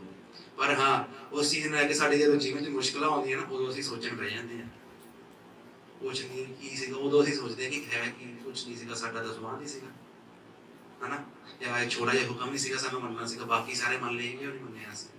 ਉਦੋਂ ਅਸੀਂ ਪਛਤਾਉਂਦੇ ਹਾਂ। ਹਾਲੇਲੂਇਆ। ਉਹ ਪਛਤਾਵਾ ਜਿਹੜਾ ਸ਼ੈਤਾਨ ਏਡਾ ਕੁ ਵੱਡਾ ਕਰ ਦਿੰਦਾ, ਪਹਿਲਾਂ ਤਾਂ ਇੰਨਾ ਛੋਟਾ ਕਰ ਦਿੰਦਾ ਕਿ ਕੁਛ ਇੰਨਾ ਜ਼ਰੂਰੀ ਨਹੀਂ ਹੈਗਾ। ਜਦੋਂ ਸਾਨੂੰ ਪਛਤਾਵਾ ਹੁੰਦਾ ਨਾ, ਉਸ ਟਾਈਮ ਦੇ ਸ਼ੈਤਾਨ ਜਿਹੜਾ ਉਹ ਪਛਤਾਵਾ ਏਡਾ ਵੱਡਾ ਕਰ ਦਿੰਦਾ ਨਾ ਕਿ ਅਸੀਂ ਉਹ ਤੋਂ ਓਵਰਕਮ ਵੀ ਨਹੀਂ ਹੋ ਪਾਉਂਦੇ। ਸਾਨੂੰ ਇਹ ਲੱਗਣ ਲੱਗ ਪੈਂਦਾ ਅਸੀਂ ਤਾਂ ਬਹੁਤ ਪਾਪੀ ਹਾਂ, ਅਸੀਂ ਬਹੁਤ ਬੁਰੇ ਹਾਂ, ਅਸੀਂ ਬਹੁਤ ਜ਼ਿਆਦਾ ਥੱਲੇ, ਸਾਡੇ ਆਤਮਿਕ ਜੀਵਨ ਕੁਛ ਹੈ ਹੀ ਨਹੀਂ ਸਾਡੇ ਵਿੱਚ। ਸਾਨੂੰ ਇੱਥੇ ਖੜੇ ਹੁੰਦੇ ਅਸੀਂ, ਜਦੋਂ ਸਾਨੂੰ ਇੱਕ ਚੀਜ਼ ਛੋਟੀ ਦਾ ਸਾਨੂੰ ਲਿਆ ਕੇ ਦਿੱਤਾ ਥੱਲੇ ਸੁੱਟਦਾ ਕਿ ਤੂੰ ਤਾਂ ਕੁਛ ਹੈ ਹੀ ਨਹੀਂ, ਤੂੰ ਤਾਂ ਮਿੱਟੀ ਬਰਾਬਰ ਆ, ਤੂੰ ਤਾਂ ਕਿਸੇ ਨਾਲ ਗੱਲ ਕਰਨ ਜੋਗਾ ਵੀ ਨਹੀਂ ਹੈਗਾ, ਤੇਰੇ ਜੇ ਤੂੰ ਵਚਨ ਦੀ ਗੱਲ ਕਰਦਾ ਤੈਨੂੰ ਤਾਂ ਸ਼ਰਮ ਹੋਣੀ ਚਾਹੀਦੀ ਹੈ। ਸ਼ੈਤਾਨ ਏਦਾਂ ਦੇ ਸਵਾਲ ਸਾਡੇ ਅੰਦਰ ਪੈਦਾ ਕਰਦਾ ਹੈ, ਬੁਰੇ ਤੋਂ ਬੁਰੇ ਸਵਾਲ ਪੈਦਾ ਕਰਦਾ ਹੈ ਕਿ ਤੂੰ ਸਾਨੂੰ ਉਹ ਇੱਕ ਹੁਕਮ ਦੇ ਉਹ ਇੱਕ ਚੀਜ਼ ਨਾ ਮੰਨਣ ਦੇ ਉੱਤੇ ਸਾਨੂੰ ਹੋਰ ਬਹੁਤ ਸਾਰੀਆਂ ਚੀਜ਼ਾਂ ਸਾਡੇ ਦਿਮਾਗ 'ਚ ਪਾ ਦਿੰਦਾ ਕਿ ਤੂੰ ਆਹ ਨਹੀਂ ਕਰਦਾ, ਇਹ ਨਹੀਂ ਕਰਦਾ, ਤੂੰ ਤਾਂ ਆਹ ਵੀ ਨਹੀਂ ਕੀਤਾ ਸੀਗਾ, ਲੈ ਤੂੰ ਤਾਂ ਹੋਰ ਗੰਦਾ ਹੋ ਗਿਆ, ਤੂੰ ਤਾਂ ਹੋਰ ਵਿਸ਼ਵਾਸ ਵਿੱਚ ਚਲੇ ਗਿਆ। ਹਾਲੇਲੂਇਆ। ਸੋ ਸਾਡੇ ਲਈ ਜ਼ਰੂਰੀ ਹੈ ਅਸੀਂ ਸਾਰੇ ਹੁਕਮ ਮੰਨਦੇ ਹਾਂ ਤੇ ਉਸ ਹੁਕਮ ਨੂੰ ਵੀ ਮੰਨਣਾ ਹੈ ਜਿਹੜਾ ਅਸੀਂ ਛੱਡ ਦਿੰਦੇ ਹਾਂ। ਕਦੀ ਇੱਕ ਹੁਕਮ ਨਹੀਂ ਛੱਡਦੇ, ਅਸੀਂ ਬਹੁਤ ਸਾਰੇ ਹੁਕਮ ਛੱਡ ਦਿੰਦੇ ਹਾਂ। ਸਿਰਫ ਐਗਜ਼ਾਮਪਲ ਸੀ, ਅਸੀਂ 9 ਪੜ੍ਹਦੇ ਤੇ 1 ਛੱਡ ਦਿੰਦੇ ਹਾਂ। ਅਸੀਂ ਕਦੀ ਕੀ ਹੈ 2 ਪੜ੍ਹਦੇ ਹਾਂ ਤੇ 8 ਛੱਡ ਦਿੰਦੇ ਹਾਂ। ਕਦੀ ਅਸੀਂ 1 ਪੜ੍ਹਦੇ ਹਾਂ ਤੇ 9 ਛੱਡ ਦਿੰਦੇ ਹਾਂ। ਹਾਲੇਲੂਇਆ। ਕਿਉਂਕਿ ਉਹ ਸਾਨੂੰ ਲੱਗਦਾ ਕਿ ਜ਼ਰੂਰੀ ਹੈ। ਉਹ ਸਾਡਾ ਦਿਮਾਗ ਜਿਹੜਾ ਹੈ, ਸਾਡਾ ਦਿਮਾਗ ਕੌਣ ਚਲਾਉਂਦਾ? ਸ਼ੈਤਾਨ ਚਲਾਉਂਦਾ। ਸਾਡਾ ਦਿਮਾਗ ਅਸੀਂ ਖੁਦ ਚਲਾਉਂਦੇ, ਅਸੀਂ ਕੀ ਹੈ? ਕੁਛ ਵੀ ਨਹੀਂ। ਅਸੀਂ ਕੀ ਹੈ? ਮਿੱਟੀ ਦੇ ਪੁਤਲੇ ਹਾਂ। ਸਾਨੂੰ ਸਾਹ ਪਰਮੇਸ਼ਰ ਨੇ ਦਿੱਤੇ ਆ। ਅਸੀਂ ਜੇ ਆਪਣੇ ਦਿਮਾਗ ਨਾਲ ਕੁਝ ਵੀ ਕਰਨ ਜਾਂਦੇ, ਸਾਰਾ ਕੁਝ ਖਰਾਬ ਕਰਕੇ ਆ ਜਾਂਦੇ ਹਾਂ। ਸੋ ਜ਼ਰੂਰੀ ਹੈ ਜਿਹੜਾ ਚੰਦਾ ਦੇਣਾ ਹੈ ਜਾਂ ਫਿਰ ਦਸਵਾਨ ਦੇਣਾ ਹੈ, ਇਹ ਜਿਹੜਾ ਵਿਸ਼ਵਾਸੀ ਦੇ ਜੀਵਨ ਦਾ ਬਹੁਤ ਮੁੱਖ ਹਿੱਸਾ ਹੈ। ਇਹ ਨਿੱਜੀ ਜ਼ਿੰਮੇਵਾਰੀਆਂ ਵਿੱਚੋਂ ਵੀ ਆਉਂਦਾ ਹੈ ਤੇ ਇਹ ਕਹਿੰਦੇ ਆਪਣੇ ਵਿਸ਼ਵਾਸੀ ਲੋਕਾਂ ਦੇ ਲਈ, ਸਾਡੇ ਚਰਚ ਦੇ ਲਈ ਜ਼ਿੰਮੇਵਾਰੀਆਂ ਉਹਨਾਂ ਦੇ ਵਿੱਚ ਵੀ ਆਉਂਦਾ ਹੈ। ਨਿੱਜੀ ਜ਼ਿੰਮੇਵਾਰੀ ਕਿਵੇਂ? ਕਿਉਂਕਿ ਸਾਡੇ ਨਿੱਜੀ ਕਮਾਈ ਅਸੀਂ ਉਹਦੇ ਵਿੱਚ ਦੇਣਾ ਹੈ। ਬਾਕੀ ਜ਼ਿੰਮੇਵਾਰੀਆਂ ਕਿਵੇਂ? ਅਸੀਂ ਜਦੋਂ ਚਰਚ ਨੂੰ ਦਿੰਦੇ ਹਾਂ, ਜਦੋਂ ਅਸੀਂ ਚਰਚ ਦੇ ਕੰਮਾਂ ਲਈ ਜਦੋਂ ਅਸੀਂ ਕਿਤੇ ਜਾਣਾ ਹੁੰਦਾ, ਸਾਨੂੰ ਕੋਈ ਸੋਚਣ ਦੀ ਲੋੜ ਨਹੀਂ ਪੈਂਦੀ ਅਸੀਂ ਕਿਵੇਂ ਜਾਵਾਂਗੇ। ਸਾਨੂੰ ਕਿਤੇ ਸੋਚਣ ਦੀ ਲੋੜ ਪੈਂਦੀ ਕਿ ਆਹ ਕਿੱਦਾਂ ਕਰਾਂਗੇ ਅਸੀਂ। ਹਾਲੇਲੂਇਆ। ਅਸੀਂ ਜਦੋਂ ਕ੍ਰਿਸਮਸ ਕੋਈ ਵੀ ਪ੍ਰੋਗਰਾਮ ਕਰਦੇ ਹਾਂ, ਅਸੀਂ ਯੋਗਦਾਨ ਦਿੰਦੇ ਹਾਂ ਨਾ, ਉਹ ਤਾਂ ਅਸੀਂ ਆਪਣੀ ਕੀ ਕਹਿੰਦੇ ਆਪਣੀ ਮਰਜ਼ੀ ਨਾਲ ਦਿੰਦੇ, ਜਿੰਨਾ ਸਾਨੂੰ ਲੋਕ ਜਿੰਨਾ ਸਾਨੂੰ ਅਗਵਾਈ ਕਰਦੇ, ਜਿੰਨਾ ਅਸੀਂ ਭੁਗਤਦਾ ਹੁੰਦਾ ਸਾਨੂੰ, ਉਸ ਹਿਸਾਬ ਨਾਲ ਅਸੀਂ ਯੋਗਦਾਨ ਦਿੰਦੇ ਹਾਂ ਨਾ। ਤੇ ਉਹ ਯੋਗਦਾਨ ਦੇ ਕੇ ਕੋਈ ਪ੍ਰੋਗਰਾਮ ਸਫਲ ਹੁੰਦਾ ਨਾ। ਪਿੱਛੇ ਅਸੀਂ ਦੇਖਿਆ, ਸਾਡੇ ਕੋਲ ਤਾਂ ਬਹੁਤ ਵੱਡਾ ਐਗਜ਼ਾਮਪਲ ਹੈ। ਪਿਛਲੀ ਕ੍ਰਿਸਮਸ ਅਸੀਂ ਕਿੱਦਾਂ ਕੀਤੀ ਹੈ। ਅਸੀਂ ਸਾਰਿਆਂ ਨੇ ਆਪਣਾ ਆਰਥਿਕ ਯੋਗਦਾਨ ਵੀ ਦਿੱਤਾ ਹੈ, ਆਪਣਾ ਸਰੀਰਕ ਯੋਗਦਾਨ ਵੀ ਦਿੱਤਾ ਹੈ, ਆਪਣਾ ਆਤਮਿਕ ਯੋਗਦਾਨ ਵੀ ਦਿੱਤਾ ਹੈ। ਇਸੇ ਕਰਕੇ ਉਹ ਜਿਹੜਾ ਪ੍ਰੋਗਰਾਮ ਹੈ ਸਾਡਾ ਇੰਨਾ ਵਧੀਆ ਗਿਆ, ਲੋਕਾਂ ਤੱਕ ਪਹੁੰਚਿਆ ਵਚਨ ਜਿਹੜਾ ਪਹੁੰਚਣਾ ਸੀਗਾ। ਹਾਲੇਲੂਇਆ। ਸਾਡੇ ਕੋਲ ਬਹੁਤ ਵੱਡੀ ਐਗਜ਼ਾਮਪਲ ਹੈ। ਜਦੋਂ ਅਸੀਂ ਹਰੇਕ ਚੀਜ਼ ਦੇ ਵਿੱਚ ਅਸੀਂ ਵਫਾਦਾਰ ਹੁੰਦੇ ਹਾਂ, ਹਰੇਕ ਚੀਜ਼ ਨੂੰ ਅਸੀਂ ਜਦੋਂ ਪੂਰੀਆਂ ਕਰਦੇ ਹਾਂ, ਪਰਮੇਸ਼ਰ ਜਿਹੜੇ ਸਾਡੇ ਕੰਮਾਂ ਨੂੰ ਜਿਹੜੇ ਵੀ ਅਸੀਂ ਜਾਂਦੇ ਹਾਂ ਉਹਨੂੰ ਵੀ ਪੂਰੀਆਂ ਕਰਦਾ ਪਰਮੇਸ਼ਰ। ਉੱਥੇ ਪਰਮੇਸ਼ਰ ਨੇ ਸਾਨੂੰ ਕਿਸੇ ਵੀ ਚੀਜ਼ ਦੀ ਕਮੀ ਨਹੀਂ ਮਹਿਸੂਸ ਹੋਣ ਦਿੱਤੀ। ਸੋ ਸਾਡੇ ਕੋਲ ਵੱਧ ਹੀ ਸੀਗਾ। ਹਾਲੇਲੂਇਆ। ਸਾਨੂੰ ਕਿਸੇ ਚੀਜ਼ ਦੀ ਕਮੀ ਨਹੀਂ ਆਈ ਹੈ। ਜਿੰਨਾ ਅਸੀਂ ਸੋਚਦੇ ਹਾਂ, ਜਿੰਨਾ ਅਸੀਂ ਕਰਦੇ ਹਾਂ, ਉਹ ਤੋਂ ਵੱਧ ਕੇ ਅਸੀਂ ਕੀਤਾ। ਇਸ ਵਾਰੀ ਐਕਸਟਰਾ ਕੀਤਾ ਥੋੜਾ ਬਹੁਤਾ ਅਸੀਂ, ਹਨਾ। ਜਿਹਨੇ ਆਰਗੇਨਾਈਜ਼ ਸਾਰਿਆਂ ਨੂੰ ਪਤਾ ਹੈ ਅਸੀਂ ਕਿੰਨਾ ਵੱਧ ਕੇ ਕੀਤਾ ਸੀ। 1-1.5 ਹਫ਼ਤਾ ਸਾਡੀ ਰੋਟੀ ਵੀ ਇੱਥੇ ਬਣੀ ਹੈ, ਸਾਰੇ ਜਣੇ ਇੱਥੇ ਖਾਂਦੇ ਹੁੰਦੇ ਸੀਗੇ। ਕਿੱਦਾਂ ਕੀਤਾ? ਕਿਉਂਕਿ ਜਦੋਂ ਅਸੀਂ ਯੋਗਦਾਨ ਦਿੰਦੇ ਸੀ, ਜਦੋਂ ਅਸੀਂ ਰੈਗੂਲਰ ਦਿੰਦੇ ਸੀ, ਉਸ ਟਾਈਮ ਤੇ ਜਦੋਂ ਸਾਨੂੰ ਲੋੜ ਪੈਂਦੀ ਆ ਤੇ ਅਸੀਂ ਚਰਚ ਦੇ ਕੰਮਾਂ ਦੇ ਲਈ ਨੂੰ ਇਸਤੇਮਾਲ ਕਰਦੇ ਹਾਂ। ਹਾਲੇਲੂਇਆ। ਅਸੀਂ ਜਦੋਂ ਕਿਤੇ ਵੀ ਆਉਣਾ ਜਾਣਾ ਹੁੰਦਾ ਸੀਗਾ, ਸਾਨੂੰ ਇਹ ਸੋਚਣ ਦੀ ਲੋੜ ਨਹੀਂ ਪੈਂਦੀ ਸੀ ਕਿ ਸਾਡੀ ਗੱਡੀ ਵਿੱਚ ਪੈਟਰੋਲ ਹੈਗਾ ਜਾਂ ਐਕਟਿਵਾ ਵਿੱਚ ਪੈਟਰੋਲ ਹੈਗਾ ਕਿ ਨਹੀਂ। ਸਾਡੇ ਲਈ ਪਰਮੇਸ਼ਰ ਨੇ ਉਹਦਾ ਪਹਿਲਾਂ ਹੀ ਇੰਤਜ਼ਾਮ ਕਰਕੇ ਰੱਖਿਆ ਹੋਇਆ ਸੀਗਾ। ਅਸੀਂ ਜੇ ਹੁਣ ਸੋਚਦੇ ਹਾਂ ਅਸੀਂ ਉੱਥੇ ਪ੍ਰੋਗਰਾਮ 'ਚ ਕੁਝ ਨਵਾਂ ਕਰਨਾ ਸੀਗਾ, ਬਹੁਤ ਕੁਝ ਅਸੀਂ ਕੀਤਾ ਉੱਥੇ, ਹਰੇਕ ਚੀਜ਼ ਦੇ ਵਿੱਚ ਸਾਨੂੰ ਪਰਮੇਸ਼ਰ ਨੇ ਅਗਵਾਈ ਕੀਤੀ। ਜਿੱਥੇ ਸਾਨੂੰ ਲੱਗਦਾ ਸੀ ਕਿ ਇੱਥੇ ਇੰਨਾ ਖਰਚਾ ਕਰਨ ਦੀ ਲੋੜ ਨਹੀਂ, ਉੱਥੇ ਸਾਨੂੰ ਅਸੀਂ ਪਰਮੇਸ਼ਰ ਸਾਡੀ ਅਗਵਾਈ ਦੀ ਘਟਾਇਆ। ਕਿਵੇਂ ਹੋਇਆ ਉਹ?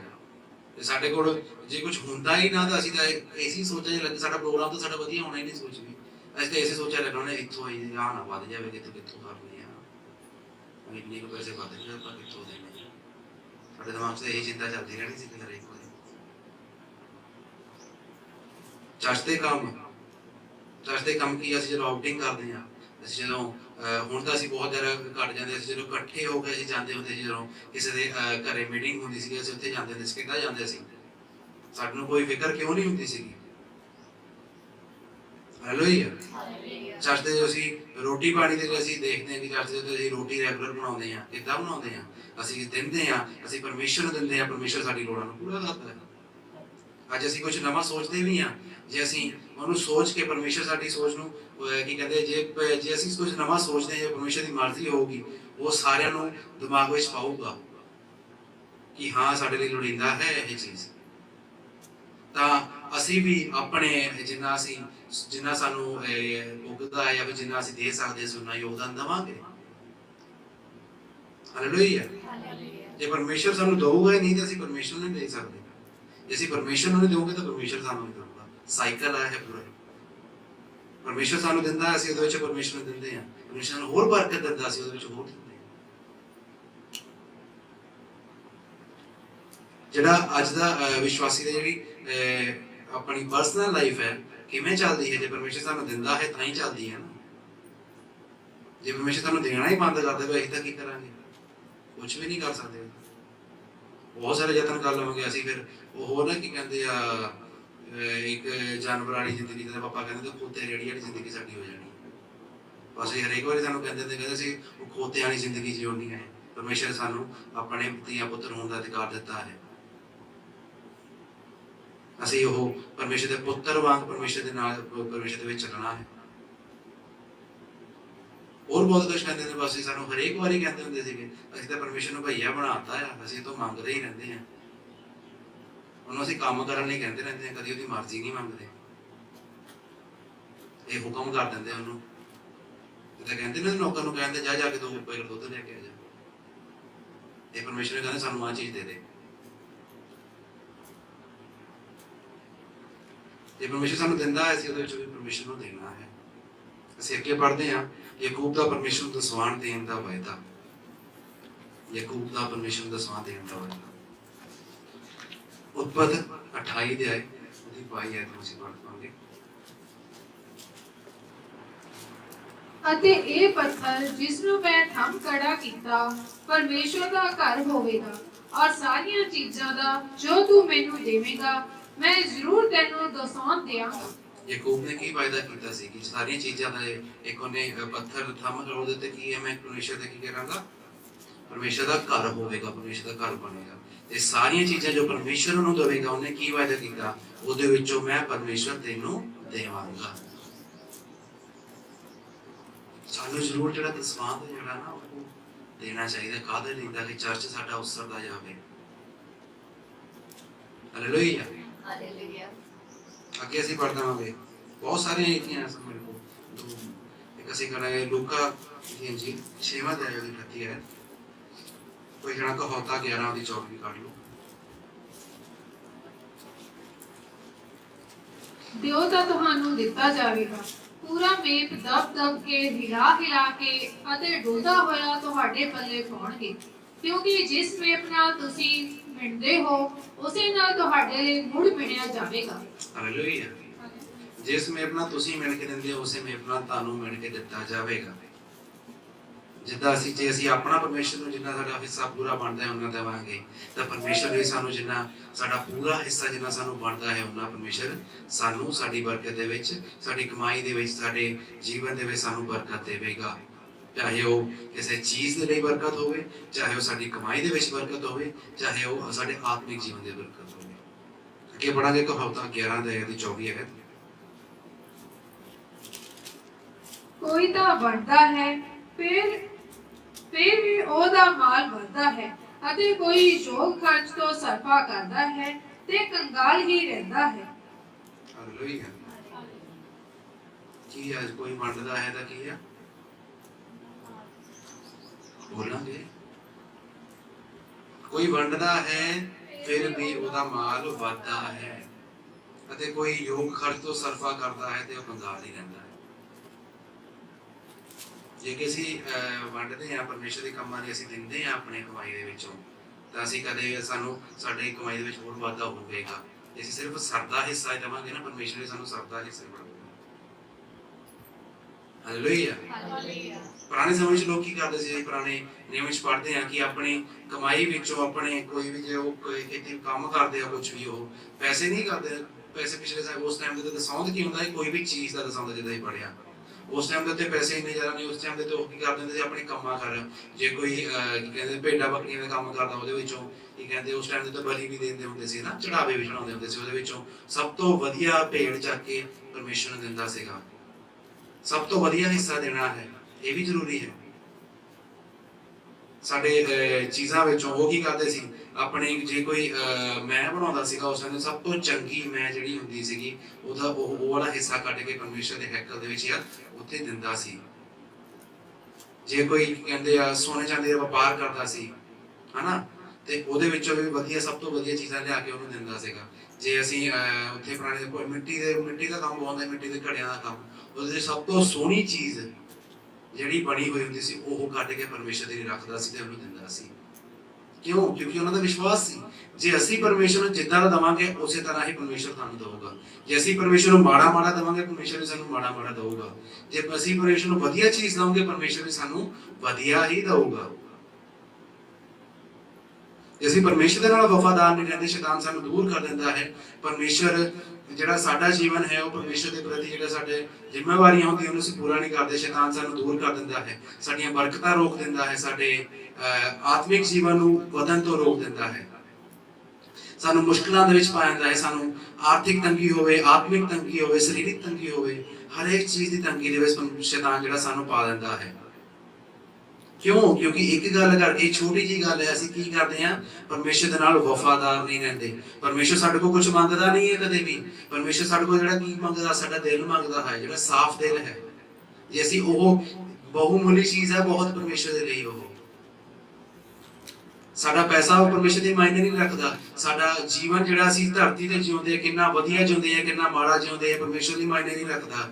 ਪਰਮੇਸ਼ਰ ਲਈ ਮਾਇਨੇ ਰੱਖਦਾ ਹੈ ਕਿ ਅਸੀਂ ਪਰਮੇਸ਼ਰ ਦੇ ਨਾਲ ਕਿੰਨੀ ਵਫਾਦਾਰੀ ਨਾਲ ਚੱਲਦੇ ਹਾਂ, ਪਰਮੇਸ਼ਰ ਦੇ ਨਾਲ ਅਸੀਂ ਕਿੰਨੇ ਗੂੜੇ ਰਿਸ਼ਤੇ ਕਾਇਮ ਕਰਦੇ ਹਾਂ, ਤੇ ਕਿੰਨੀ ਜ਼ਿਆਦਾ ਜਾਨਾਂ ਅਸੀਂ ਬਚਾਉਂਦੇ ਹਾਂ ਪਰਮੇਸ਼ਰ ਦੇ ਲਈ। ਹਾਲੇਲੂਇਆ। ਸਾਨੂੰ ਜ਼ਰੂਰ ਧਿਆਨ ਦੇਣ ਦੀ ਲੋੜ ਹੈ। ਜੇ ਅਸੀਂ ਬਾਕੀ ਚੀਜ਼ਾਂ ਕਰਦੇ ਹਾਂ ਤੇ ਜਿਹੜੀਆਂ ਚੀਜ਼ਾਂ ਅਸੀਂ ਛੱਡ ਦਿੰਦੇ ਹਾਂ ਨਾ, ਉੱਤੇ ਵੀ ਗੌਰ ਕਰਨ ਦੀ ਲੋੜ ਹੈ, ਤਾਂ ਕਿ ਜਦੋਂ ਬਾਅਦ ਚ ਸਾਨੂੰ ਜਦੋਂ ਥੋੜਾ ਜਿਹਾ ਪਛਤਾਵਾ ਹੋਵੇ ਨਾ, ਸ਼ੈਤਾਨ ਉਸ ਪਛਤਾਵੇ ਨੂੰ ਇੰਨਾ ਵੱਡਾ ਨਾ ਕਰ ਦੇਵੇ ਕਿ ਅਸੀਂ ਆਤਮਿਕ ਜੀਵਨ ਜਿੰਨਾ ਕਿ ਅਸੀਂ ਅੱਗੇ ਗਏ ਹੁੰਦੇ ਉਹਨਾਂ ਕਿ ਸਾਨੂੰ ਸ਼ੈਤਾਨ ਪਿੱਛੇ ਖਿੱਚ ਦਿੰਦਾ ਹੈ। ਜਿਹੜਾ ਵਿਸ਼ਵਾਸੀ ਦਾ ਜੀਵਨ ਹੈ ਨਾ, ਬਹੁਤ ਜ਼ਿਆਦਾ ਕ੍ਰਿਟੀਕਲ ਤੇ ਸੈਂਸਿਟਿਵ ਹੁੰਦਾ ਹੈ। ਸਾਡੀ ਜਿਹੜੀ ਛੋਟੀ ਜਿਹੀ ਗਲਤੀ ਵੀ ਸਾਡੇ ਬਹੁਤ ਵੱਡੀ ਚੀਜ਼ਾਂ ਦਾ ਕਾਰਨ ਬਣ ਦਿੰਦੀ ਹੈ। ਸ਼ੈਤਾਨ ਜਿਹੜਾ ਹੈ ਨਾ, ਉਹ ਸ਼ੈਤਾਨ ਜਿਹੜਾ ਕੀ ਕਹਿੰਦੇ, ਉਹ ਛੋਟੀ ਜਿਹੀ ਮੋਰੀ ਭਾਲਦਾ ਆ। ਉਹ ਜਿੱਥੋਂ ਮੱਝ ਫਿਰ ਮੈਂ ਵੜ ਜਾਵਾਂ ਇਹਨਾਂ ਜੀਵਨ ਦੇ ਵਿੱਚ, ਕਿੱਦਾਂ ਕਰਕੇ ਨਾ ਜੀਵਨ ਖਰਾਬ ਕਰ ਦੇਵਾਂ ਮੈਂ, ਕਿੱਦਾਂ ਇੰਨੇ ਵਧੀਆ ਚੱਲ ਕਾਹਤੇ ਰਹੇ ਆ ਇਹ ਲੋਕਾਂ ਨੂੰ ਪਰੇਸ਼ਾਨੀਆਂ, ਇਹਨਾਂ ਨੂੰ ਪਰੇਸ਼ਾਨੀਆਂ ਕਾਹਤੇ ਨਹੀਂ ਹੋ ਰਹੀਆਂ, ਇਹਨਾਂ ਨੂੰ ਵੀ ਹੋਣੀਆਂ ਚਾਹੀਦੀਆਂ। ਸ਼ੈਤਾਨ ਤਾਂ ਚਾਹੁੰਦਾ ਹੀ ਕੀ ਹੈ ਸਾਡੇ ਵਿੱਚ? ਪਰਮੇਸ਼ਰ ਕੀ ਚਾਹੁੰਦਾ ਹੈ? ਪਰਮੇਸ਼ਰ ਸਾਨੂੰ ਦੁੱਖ ਸਾਡੇ ਲਈ ਜਿਹੜਾ ਸਾਡੇ ਤੇ ਦੁੱਖ ਪਾਉਂਦਾ ਹੈ, ਪਰਮੇਸ਼ਰ ਜਿਹੜਾ ਸਾਡੇ ਚੰਗੇ ਲਈ ਦੁੱਖ ਪਾਉਂਦਾ ਹੈ। ਪਰ ਉਹ ਜਿਹੜੇ ਦੁੱਖ ਏਦਾਂ ਦੇ ਹੁੰਦੇ ਨਹੀਂ ਕਿ ਅਸੀਂ ਉਹਦੇ ਵਿੱਚੋਂ ਨਿਕਲ ਨਾ ਪਾਈਏ, ਜਾਂ ਫਿਰ ਪਰਮੇਸ਼ਰ ਸਾਨੂੰ ਉਹਦੇ ਵਿੱਚੋਂ ਨਿਕਲਣ ਦਾ ਰਾਹ ਨਹੀਂ ਦਿਖਾਉਂਦਾ। ਜੇ ਪਰਮੇਸ਼ਰ ਸਾਡੇ ਤੇ ਦੁੱਖ ਪਾਉਂਦਾ ਹੈ ਤਾਂ ਉਹਦੇ ਵਿੱਚ ਨਿਕਲਣ ਦਾ ਰਾਹ ਵੀ ਦਿਖਾਉਂਦਾ ਹੈ, ਤੇ ਉਹ ਸਾਡੀ ਆਤਮਿਕ ਉન્નਤੀ ਲਈ ਤੇ ਸਰੀਰਕ ਉન્નਤੀ ਲਈ ਹੀ ਹੁੰਦਾ ਹੈ। ਜਦੋਂ ਅਸੀਂ ਕਿਸੇ ਮਾੜੀਆਂ ਮੁਸ਼ਕਲਾਂ ਵਿੱਚੋਂ ਲੰਘਦੇ ਹਾਂ, ਕਿਸੇ ਮਾੜੇ ਹਾਲਾਤਾਂ ਵਿੱਚੋਂ ਲੰਘ ਕੇ ਆਉਂਦੇ ਆ ਤਾਂ ਅਸੀਂ ਦੇਖਦੇ ਹਾਂ ਸਾਡਾ ਵਿਸ਼ਵਾਸ ਹੋਰ ਵੀ ਜ਼ਿਆਦਾ ਮਜ਼ਬੂਤ ਹੁੰਦਾ ਹੈ। ਮਾੜੇ ਹਾਲਾਤ ਇਹ ਨਹੀਂ ਹੈ ਕਿ ਸਾਡੇ ਪਰਿਵਾਰ ਦੇ ਵਿੱਚ ਕੁਝ ਘੱਟ ਚੱਲ ਰਿਹਾ ਜਾਂ ਸਾਡੇ ਜੀਵਨ ਦੇ ਵਿੱਚ ਕੀ ਕਹਿੰਦੇ ਆ ਸਾਡੀ ਕਮਾਈ ਘੱਟ ਆ ਰਹੀ ਆ ਜਾਂ ਸਾਡਾ ਆਰਥਿਕ ਜੀਵਨ। ਮਾੜੇ ਹਾਲਾਤ ਦੁਨੀਆ ਵੱਲੋਂ ਮਾੜੇ ਹਾਲਾਤ ਨਹੀਂ ਆ, ਮਾੜੇ ਹਾਲਾਤ ਸਾਡੇ ਜਿਹੜੇ ਜੀਵਨ ਦੇ ਵਿੱਚ ਅਸੀਂ ਕਿੱਦਾਂ ਚੱਲ ਰਹੇ ਆ ਉਹ ਮਾੜੇ ਹਾਲਾਤ ਆ। ਬਾੜੋ ਅਸੀਂ ਜਿੰਨਾ ਮਰਜ਼ੀ ਵਧੀਆ ਦਿਖਾ ਲਈਏ, ਸਾਡੇ ਅੰਦਰ ਜਿਹੜਾ ਆ ਸਾਡੇ ਹਾਲਾਤ ਮਾੜੇ ਆ ਤੇ ਅਸੀਂ ਵਿਸ਼ਵਾਸ ਦੇ ਵਿੱਚ ਵੀ ਬਹੁਤ ਥੱਲੇ ਆ। ਜੇ ਸ਼ੈਤਾਨ ਉਸ ਮਾੜੇ ਹਾਲਾਤਾਂ ਵਿੱਚ ਸਾਨੂੰ ਸਿੱਟ ਦਿੰਦਾ ਹੈ ਨਾ ਤਾਂ ਉਹਨੂੰ ਪ੍ਰਾਰਥਨਾ ਕਰਕੇ, ਜਿੱਦਾਂ ਵੀ ਸਾਡੇ ਕੋਲ ਬਹੁਤ ਸੀ ਚੀਜ਼ਾਂ ਹੈਗੀਆਂ, ਸਾਡੇ ਕੋਲ ਪਰਮੇਸ਼ਰ ਨੇ ਬਹੁਤ ਬਲ ਦਿੱਤਾ, ਸਾਨੂੰ ਬਹੁਤ ਕੁਝ ਦਿੱਤਾ ਹੈ। ਹਰੇਕ ਚੀਜ਼ ਦਾ ਸਾਹਮਣਾ ਕਰਨ ਲਈ ਪਰਮੇਸ਼ਰ ਨੇ ਸਾਨੂੰ ਚੀਜ਼ ਦਿੱਤੀ ਹੈ। ਸਭ ਤੋਂ ਵੱਡੀ ਤਾਕਤ ਸਾਨੂੰ ਪਰਮੇਸ਼ਰ ਨੇ ਪ੍ਰਾਰਥਨਾ ਕਰਨ ਦਾ ਬਲ ਦਿੱਤਾ ਹੈ। ਜੇ ਅਸੀਂ ਪ੍ਰਾਰਥਨਾ ਕਰਦੇ ਹਾਂ ਸਾਡੇ ਜੀਵਨ ਦੇ ਵਿੱਚ ਕੋਈ ਵੀ ਮੁਸ਼ਕਿਲ ਨਹੀਂ ਆਉਂਦੀ, ਸਾਡੇ ਜੀਵਨ ਦੀ ਕੋਈ ਵੀ ਚੀਜ਼ ਸਾਡੇ ਤੋਂ ਖੋਈ ਨਹੀਂ ਜਾਂਦੀ। ਜੇ ਅਸੀਂ ਅੱਜ ਦੇ ਟਾਈਮ ਤੇ ਇਹਦੇ ਕੋਈ ਅਸੀਂ ਕਹਿੰਦੇ ਆ ਨਾ, ਲੋਕ ਕਹਿੰਦੇ ਕਿ ਜੇ ਕੋਈ ਬੰਦਾ ਕਿਸੇ ਚੀਜ਼ ਦੀ ਕਦਰ ਨਹੀਂ ਕਰਦਾ ਰੱਬ ਉਹ ਤੋਂ ਉਹ ਚੀਜ਼ ਖੋ ਲੈਂਦਾ ਆ। ਪਰਮੇਸ਼ਰ ਸਾਤੋਂ ਖੋਦਾ ਨਹੀਂ ਆ, ਅਸੀਂ ਉਸ ਚੀਜ਼ ਦੀ ਅਹਿਮੀਅਤ ਹੀ ਭੁੱਲ ਜਾਂਦੇ ਹਾਂ। ਹਾਲੇਲੂਇਆ। ਜਿਸ ਚੀਜ਼ ਦੇ ਅਸੀਂ ਆਦੀ ਹੋ ਜਾਂਦੇ ਨਾ ਸਾਨੂੰ ਉਹ ਬਹੁਤ ਨਾਰਮਲ ਲੱਗਣ ਲੱਗ ਪੈਂਦੀ ਹੈ। ਅੱਜ ਕੱਲ੍ਹ ਦੇ ਜਿਹੜੇ ਰਿਸ਼ਤਿਆਂ ਦਾ ਜਿਵੇਂ ਕਹਾਂ ਉਹਦਾ ਇਹ ਟੌਪਿਕ ਤੋਂ ਥੋੜਾ ਬਾਹਰ, ਬਟ ਅੱਜ ਕੱਲ੍ਹ ਦੇ ਰਿਸ਼ਤਿਆਂ ਦੇ ਵਿੱਚ ਵੀ ਅਸੀਂ ਜੇ ਕੋਈ ਸਾਡੀ ਬਹੁਤ ਜ਼ਿਆਦਾ ਕਦਰ ਕਰਦਾ ਹੈ, ਬਹੁਤ ਜ਼ਿਆਦਾ ਸਾਡੀ ਕੇਅਰ ਕਰਦਾ ਹੈ, ਉਹਨੂੰ ਅਸੀਂ ਫੋਰ ਗ੍ਰਾਂਟਡ ਲੈ ਲੈਂਦੇ ਹਾਂ ਕਿ ਹਾਂ ਇਹਨੇ ਤਾਂ ਕਰੀ ਜਾਣੀ ਹੈ। ਹਾਲੇਲੂਇਆ। ਰਿਸ਼ਤਿਆਂ ਦੇ ਵਿੱਚ ਦਰਾਰ ਆਉਣ ਦੇ ਕਾਰਨ ਵੀ ਇਹੀ ਹੁੰਦੇ ਆ, ਜੋ ਅਸੀਂ ਕਿਸੇ ਦੀ ਅਹਿਮੀਅਤ ਨਹੀਂ ਰੱਖਦੇ। ਪਰਮੇਸ਼ਰ ਸਾਨੂੰ ਉਹ ਅਗਲੇ ਦੇ ਜਿਹੜਾ ਇਨਸਾਨ ਹੁੰਦਾ ਹੈ ਸਾਡੀ ਕਦਰ ਕਰਦਾ ਹੈ, ਸਾਡੀ ਰਿਸਪੈਕਟ ਕਰਦਾ ਹੈ, ਸਾਨੂੰ ਪਿਆਰ ਕਰਦਾ ਹੈ, ਸਾਡੀ ਹਰੇਕ ਚੀਜ਼ ਵਿੱਚ ਸਾਡੇ ਨਾਲ ਹੁੰਦਾ ਹੈ। ਉਹਦੀ ਅਸੀਂ ਜਦੋਂ ਕਦਰ ਨਹੀਂ ਕਰਦੇ ਹਾਂ, ਪਰਮੇਸ਼ਰ ਉਹਨੂੰ ਕੀ ਕਹਿੰਦੇ ਆ ਕਿ ਤੂੰ ਇਹ ਚੀਜ਼ ਡਿਜ਼ਰਵ ਨਹੀਂ ਕਰਦਾ। ਪਰਮੇਸ਼ਰ ਉਹਨੂੰ ਤੁਹਾਡੇ ਤੋਂ ਲੈ ਲੈਂਦਾ ਹੈ। ਉਹਦਾ ਜੀਵਨ ਪਰਮੇਸ਼ਰ ਕਦੀ ਖਰਾਬ ਨਹੀਂ ਹੋਣ ਦਿੰਦਾ। ਅਸੀਂ ਵੀ ਦੇਖਦੇ ਹਾਂ, ਅਸੀਂ ਜੇ ਕਿਸੇ ਬੰਦੇ ਦੀ ਕਦਰ ਕਰਦੇ ਹਾਂ ਉਹ ਸਾਡੀ ਕਦਰ ਨਾ ਕਰੇ, ਸਾਨੂੰ ਉਹਨਾਂ ਰਿਸਪੈਕਟ ਉਹਨਾਂ ਆਦਰ ਨਾ ਦੇਵੇ, ਪਰਮੇਸ਼ਰ ਦੀ ਗੱਲ ਸਾਨੂੰ ਅੰਦਰੋਂ ਫੀਲ ਹੋਣ ਲੱਗ ਪੈਂਦਾ ਨਹੀਂ ਪਰਮੇਸ਼ਰ ਸਾਨੂੰ ਦਿਲਾਸਾ ਦਿੰਦਾ ਕੋਈ ਗੱਲ ਨਹੀਂ, ਜਾਣਦੇ ਉਹਨੂੰ, ਤੇਰੇ ਕੋਲ ਮੈਂ ਹੈਗਾ ਆ। ਹਾਲੇਲੂਇਆ। ਪਰਮੇਸ਼ਰ ਸਾਡੀ ਰਿਸਪੈਕਟ ਕਰਦਾ, ਸਾਡੀ ਕਦਰ ਕਰਦਾ ਹੈ। ਸੋ ਬਰਕਤਾਂ ਜਿਹੜੀਆਂ ਪਰਮੇਸ਼ਰ ਸਾਨੂੰ ਦਿੰਦਾ, ਜੇ ਅਸੀਂ ਉਹਦੀ ਕਦਰ ਨਹੀਂ ਕਰਾਂਗੇ ਨਾ, ਜੇ ਸਾਨੂੰ ਜਿਹੜੀ ਚੀਜ਼ ਪਰਮੇਸ਼ਰ ਸਾਨੂੰ ਦਿੰਦਾ ਉਹਦੀ ਕਦਰ ਨਹੀਂ ਕਰਾਂਗੇ, ਪਰਮੇਸ਼ਰ ਸਾਤੋਂ ਉਹ ਚੀਜ਼ ਨੂੰ ਖੋਹ ਲਵੇਗਾ। ਹਾਲੇਲੂਇਆ। ਜੇ ਅਸੀਂ ਪਰਮੇਸ਼ਰ ਦੇ ਹੁਕਮਾਂ ਦਾ ਨਹੀਂ ਚੱਲਾਂਗੇ ਅਸੀਂ ਪਰਮੇਸ਼ਰ ਤੋਂ ਦੂਰ ਹੋ ਜਾਵਾਂਗੇ। ਜੇ ਅਸੀਂ ਪਰਮੇਸ਼ਰ ਤੋਂ ਦੂਰ ਹੋ ਗਏ ਸਾਡਾ ਜੀਣਾ ਵਿਅਰਥ ਹੈ, ਸਾਡਾ ਸੰਸਾਰ ਦੇ ਉੱਤੇ ਜੀਵਨ ਕੱਟਣਾ ਜਿਹੜਾ ਵਿਅਰਥ ਹੈ। ਅਸੀਂ ਤਾਂ ਫਿਰ ਬਾਕੀ ਲੋਕਾਂ ਨੂੰ ਉਹੀ ਨਾ ਜ਼ਿੰਦਾ ਲਾਸ਼ ਅਸੀਂ ਕਹਿ ਦਿੰਦੇ ਹਾਂ, ਕੰਮ ਕਰਦੇ ਸਾਰਾ ਕੁਝ ਕਰਦੇ ਆ, ਆਤਮਿਕ ਤੌਰ ਤੇ ਮਰੇ ਹੋਏ ਆ। ਪਹਿਲਾਂ ਵੀ ਗੱਲ ਕਰਦੇ, ਅੱਜ ਕੱਲ੍ਹ ਦਾ ਯੂਥ ਬਹੁਤ ਚੀਜ਼ਾਂ ਤੋਂ ਜੂਝਦਾ, ਅੱਜ ਕੱਲ੍ਹ ਦੇ ਲੋਕ ਬਹੁਤ ਚੀਜ਼ਾਂ ਜੂਝਦੇ ਆ। ਉਹਨਾਂ ਦੇ ਨਿੱਜੀ ਜੀਵਨ ਹੋ ਸਕਦੇ ਆ ਜਾਂ ਫਿਰ ਕੀ ਕਹਿ ਸਕਦੇ ਉਹਨਾਂ ਦੇ ਮਾਪਿਓ ਦੇ ਜੀਵਨ ਹੋ ਸਕਦੇ ਆ, ਉਹਨਾਂ ਦੇ ਪਰਿਵਾਰਿਕ ਹਾਲਾਤ ਹੋ ਸਕਦੇ ਆ, ਕੁਝ ਵੀ ਹੋ ਸਕਦਾ ਹੈ। ਬਹੁਤ ਜੂਝਦੇ ਆ। ਪਰਮੇਸ਼ਰ ਨੇ ਸਾਨੂੰ ਸੰਭਾਲਿਆ ਹੈ ਹਰੇਕ ਚੀਜ਼ ਤੋਂ, ਤੇ ਅਸੀਂ ਜ਼ਰੂਰ ਹੈ ਕਿ ਅਸੀਂ ਪਰਮੇਸ਼ਰ ਦੇ ਨਾਲ ਵਫਾਦਾਰ ਰਹੀਏ, ਪਰਮੇਸ਼ਰ ਦੀ ਕਦਰ ਕਰੀਏ, ਪਰਮੇਸ਼ਰ ਦੇ ਪਿਆਰ ਨੂੰ, ਪਰਮੇਸ਼ਰ ਦਾ ਜਿਹੜਾ ਜਿੰਨੀ ਸਾਡੀ ਕੇਅਰ ਕਰਦਾ ਅਸੀਂ ਪਰਮੇਸ਼ਰ ਦੀ ਵੀ ਉਨੀ ਹੀ ਕੇਅਰ ਕਰੀਏ। ਜਿੰਨਾ ਪਰਮੇਸ਼ਰ ਸਾਨੂੰ ਪਿਆਰ ਕਰਦਾ ਅਸੀਂ ਉਨਾ ਹੀ ਪਰਮੇਸ਼ਰ ਨੂੰ ਪਿਆਰ ਕਰੀਏ। ਹਾਲੇਲੂਇਆ।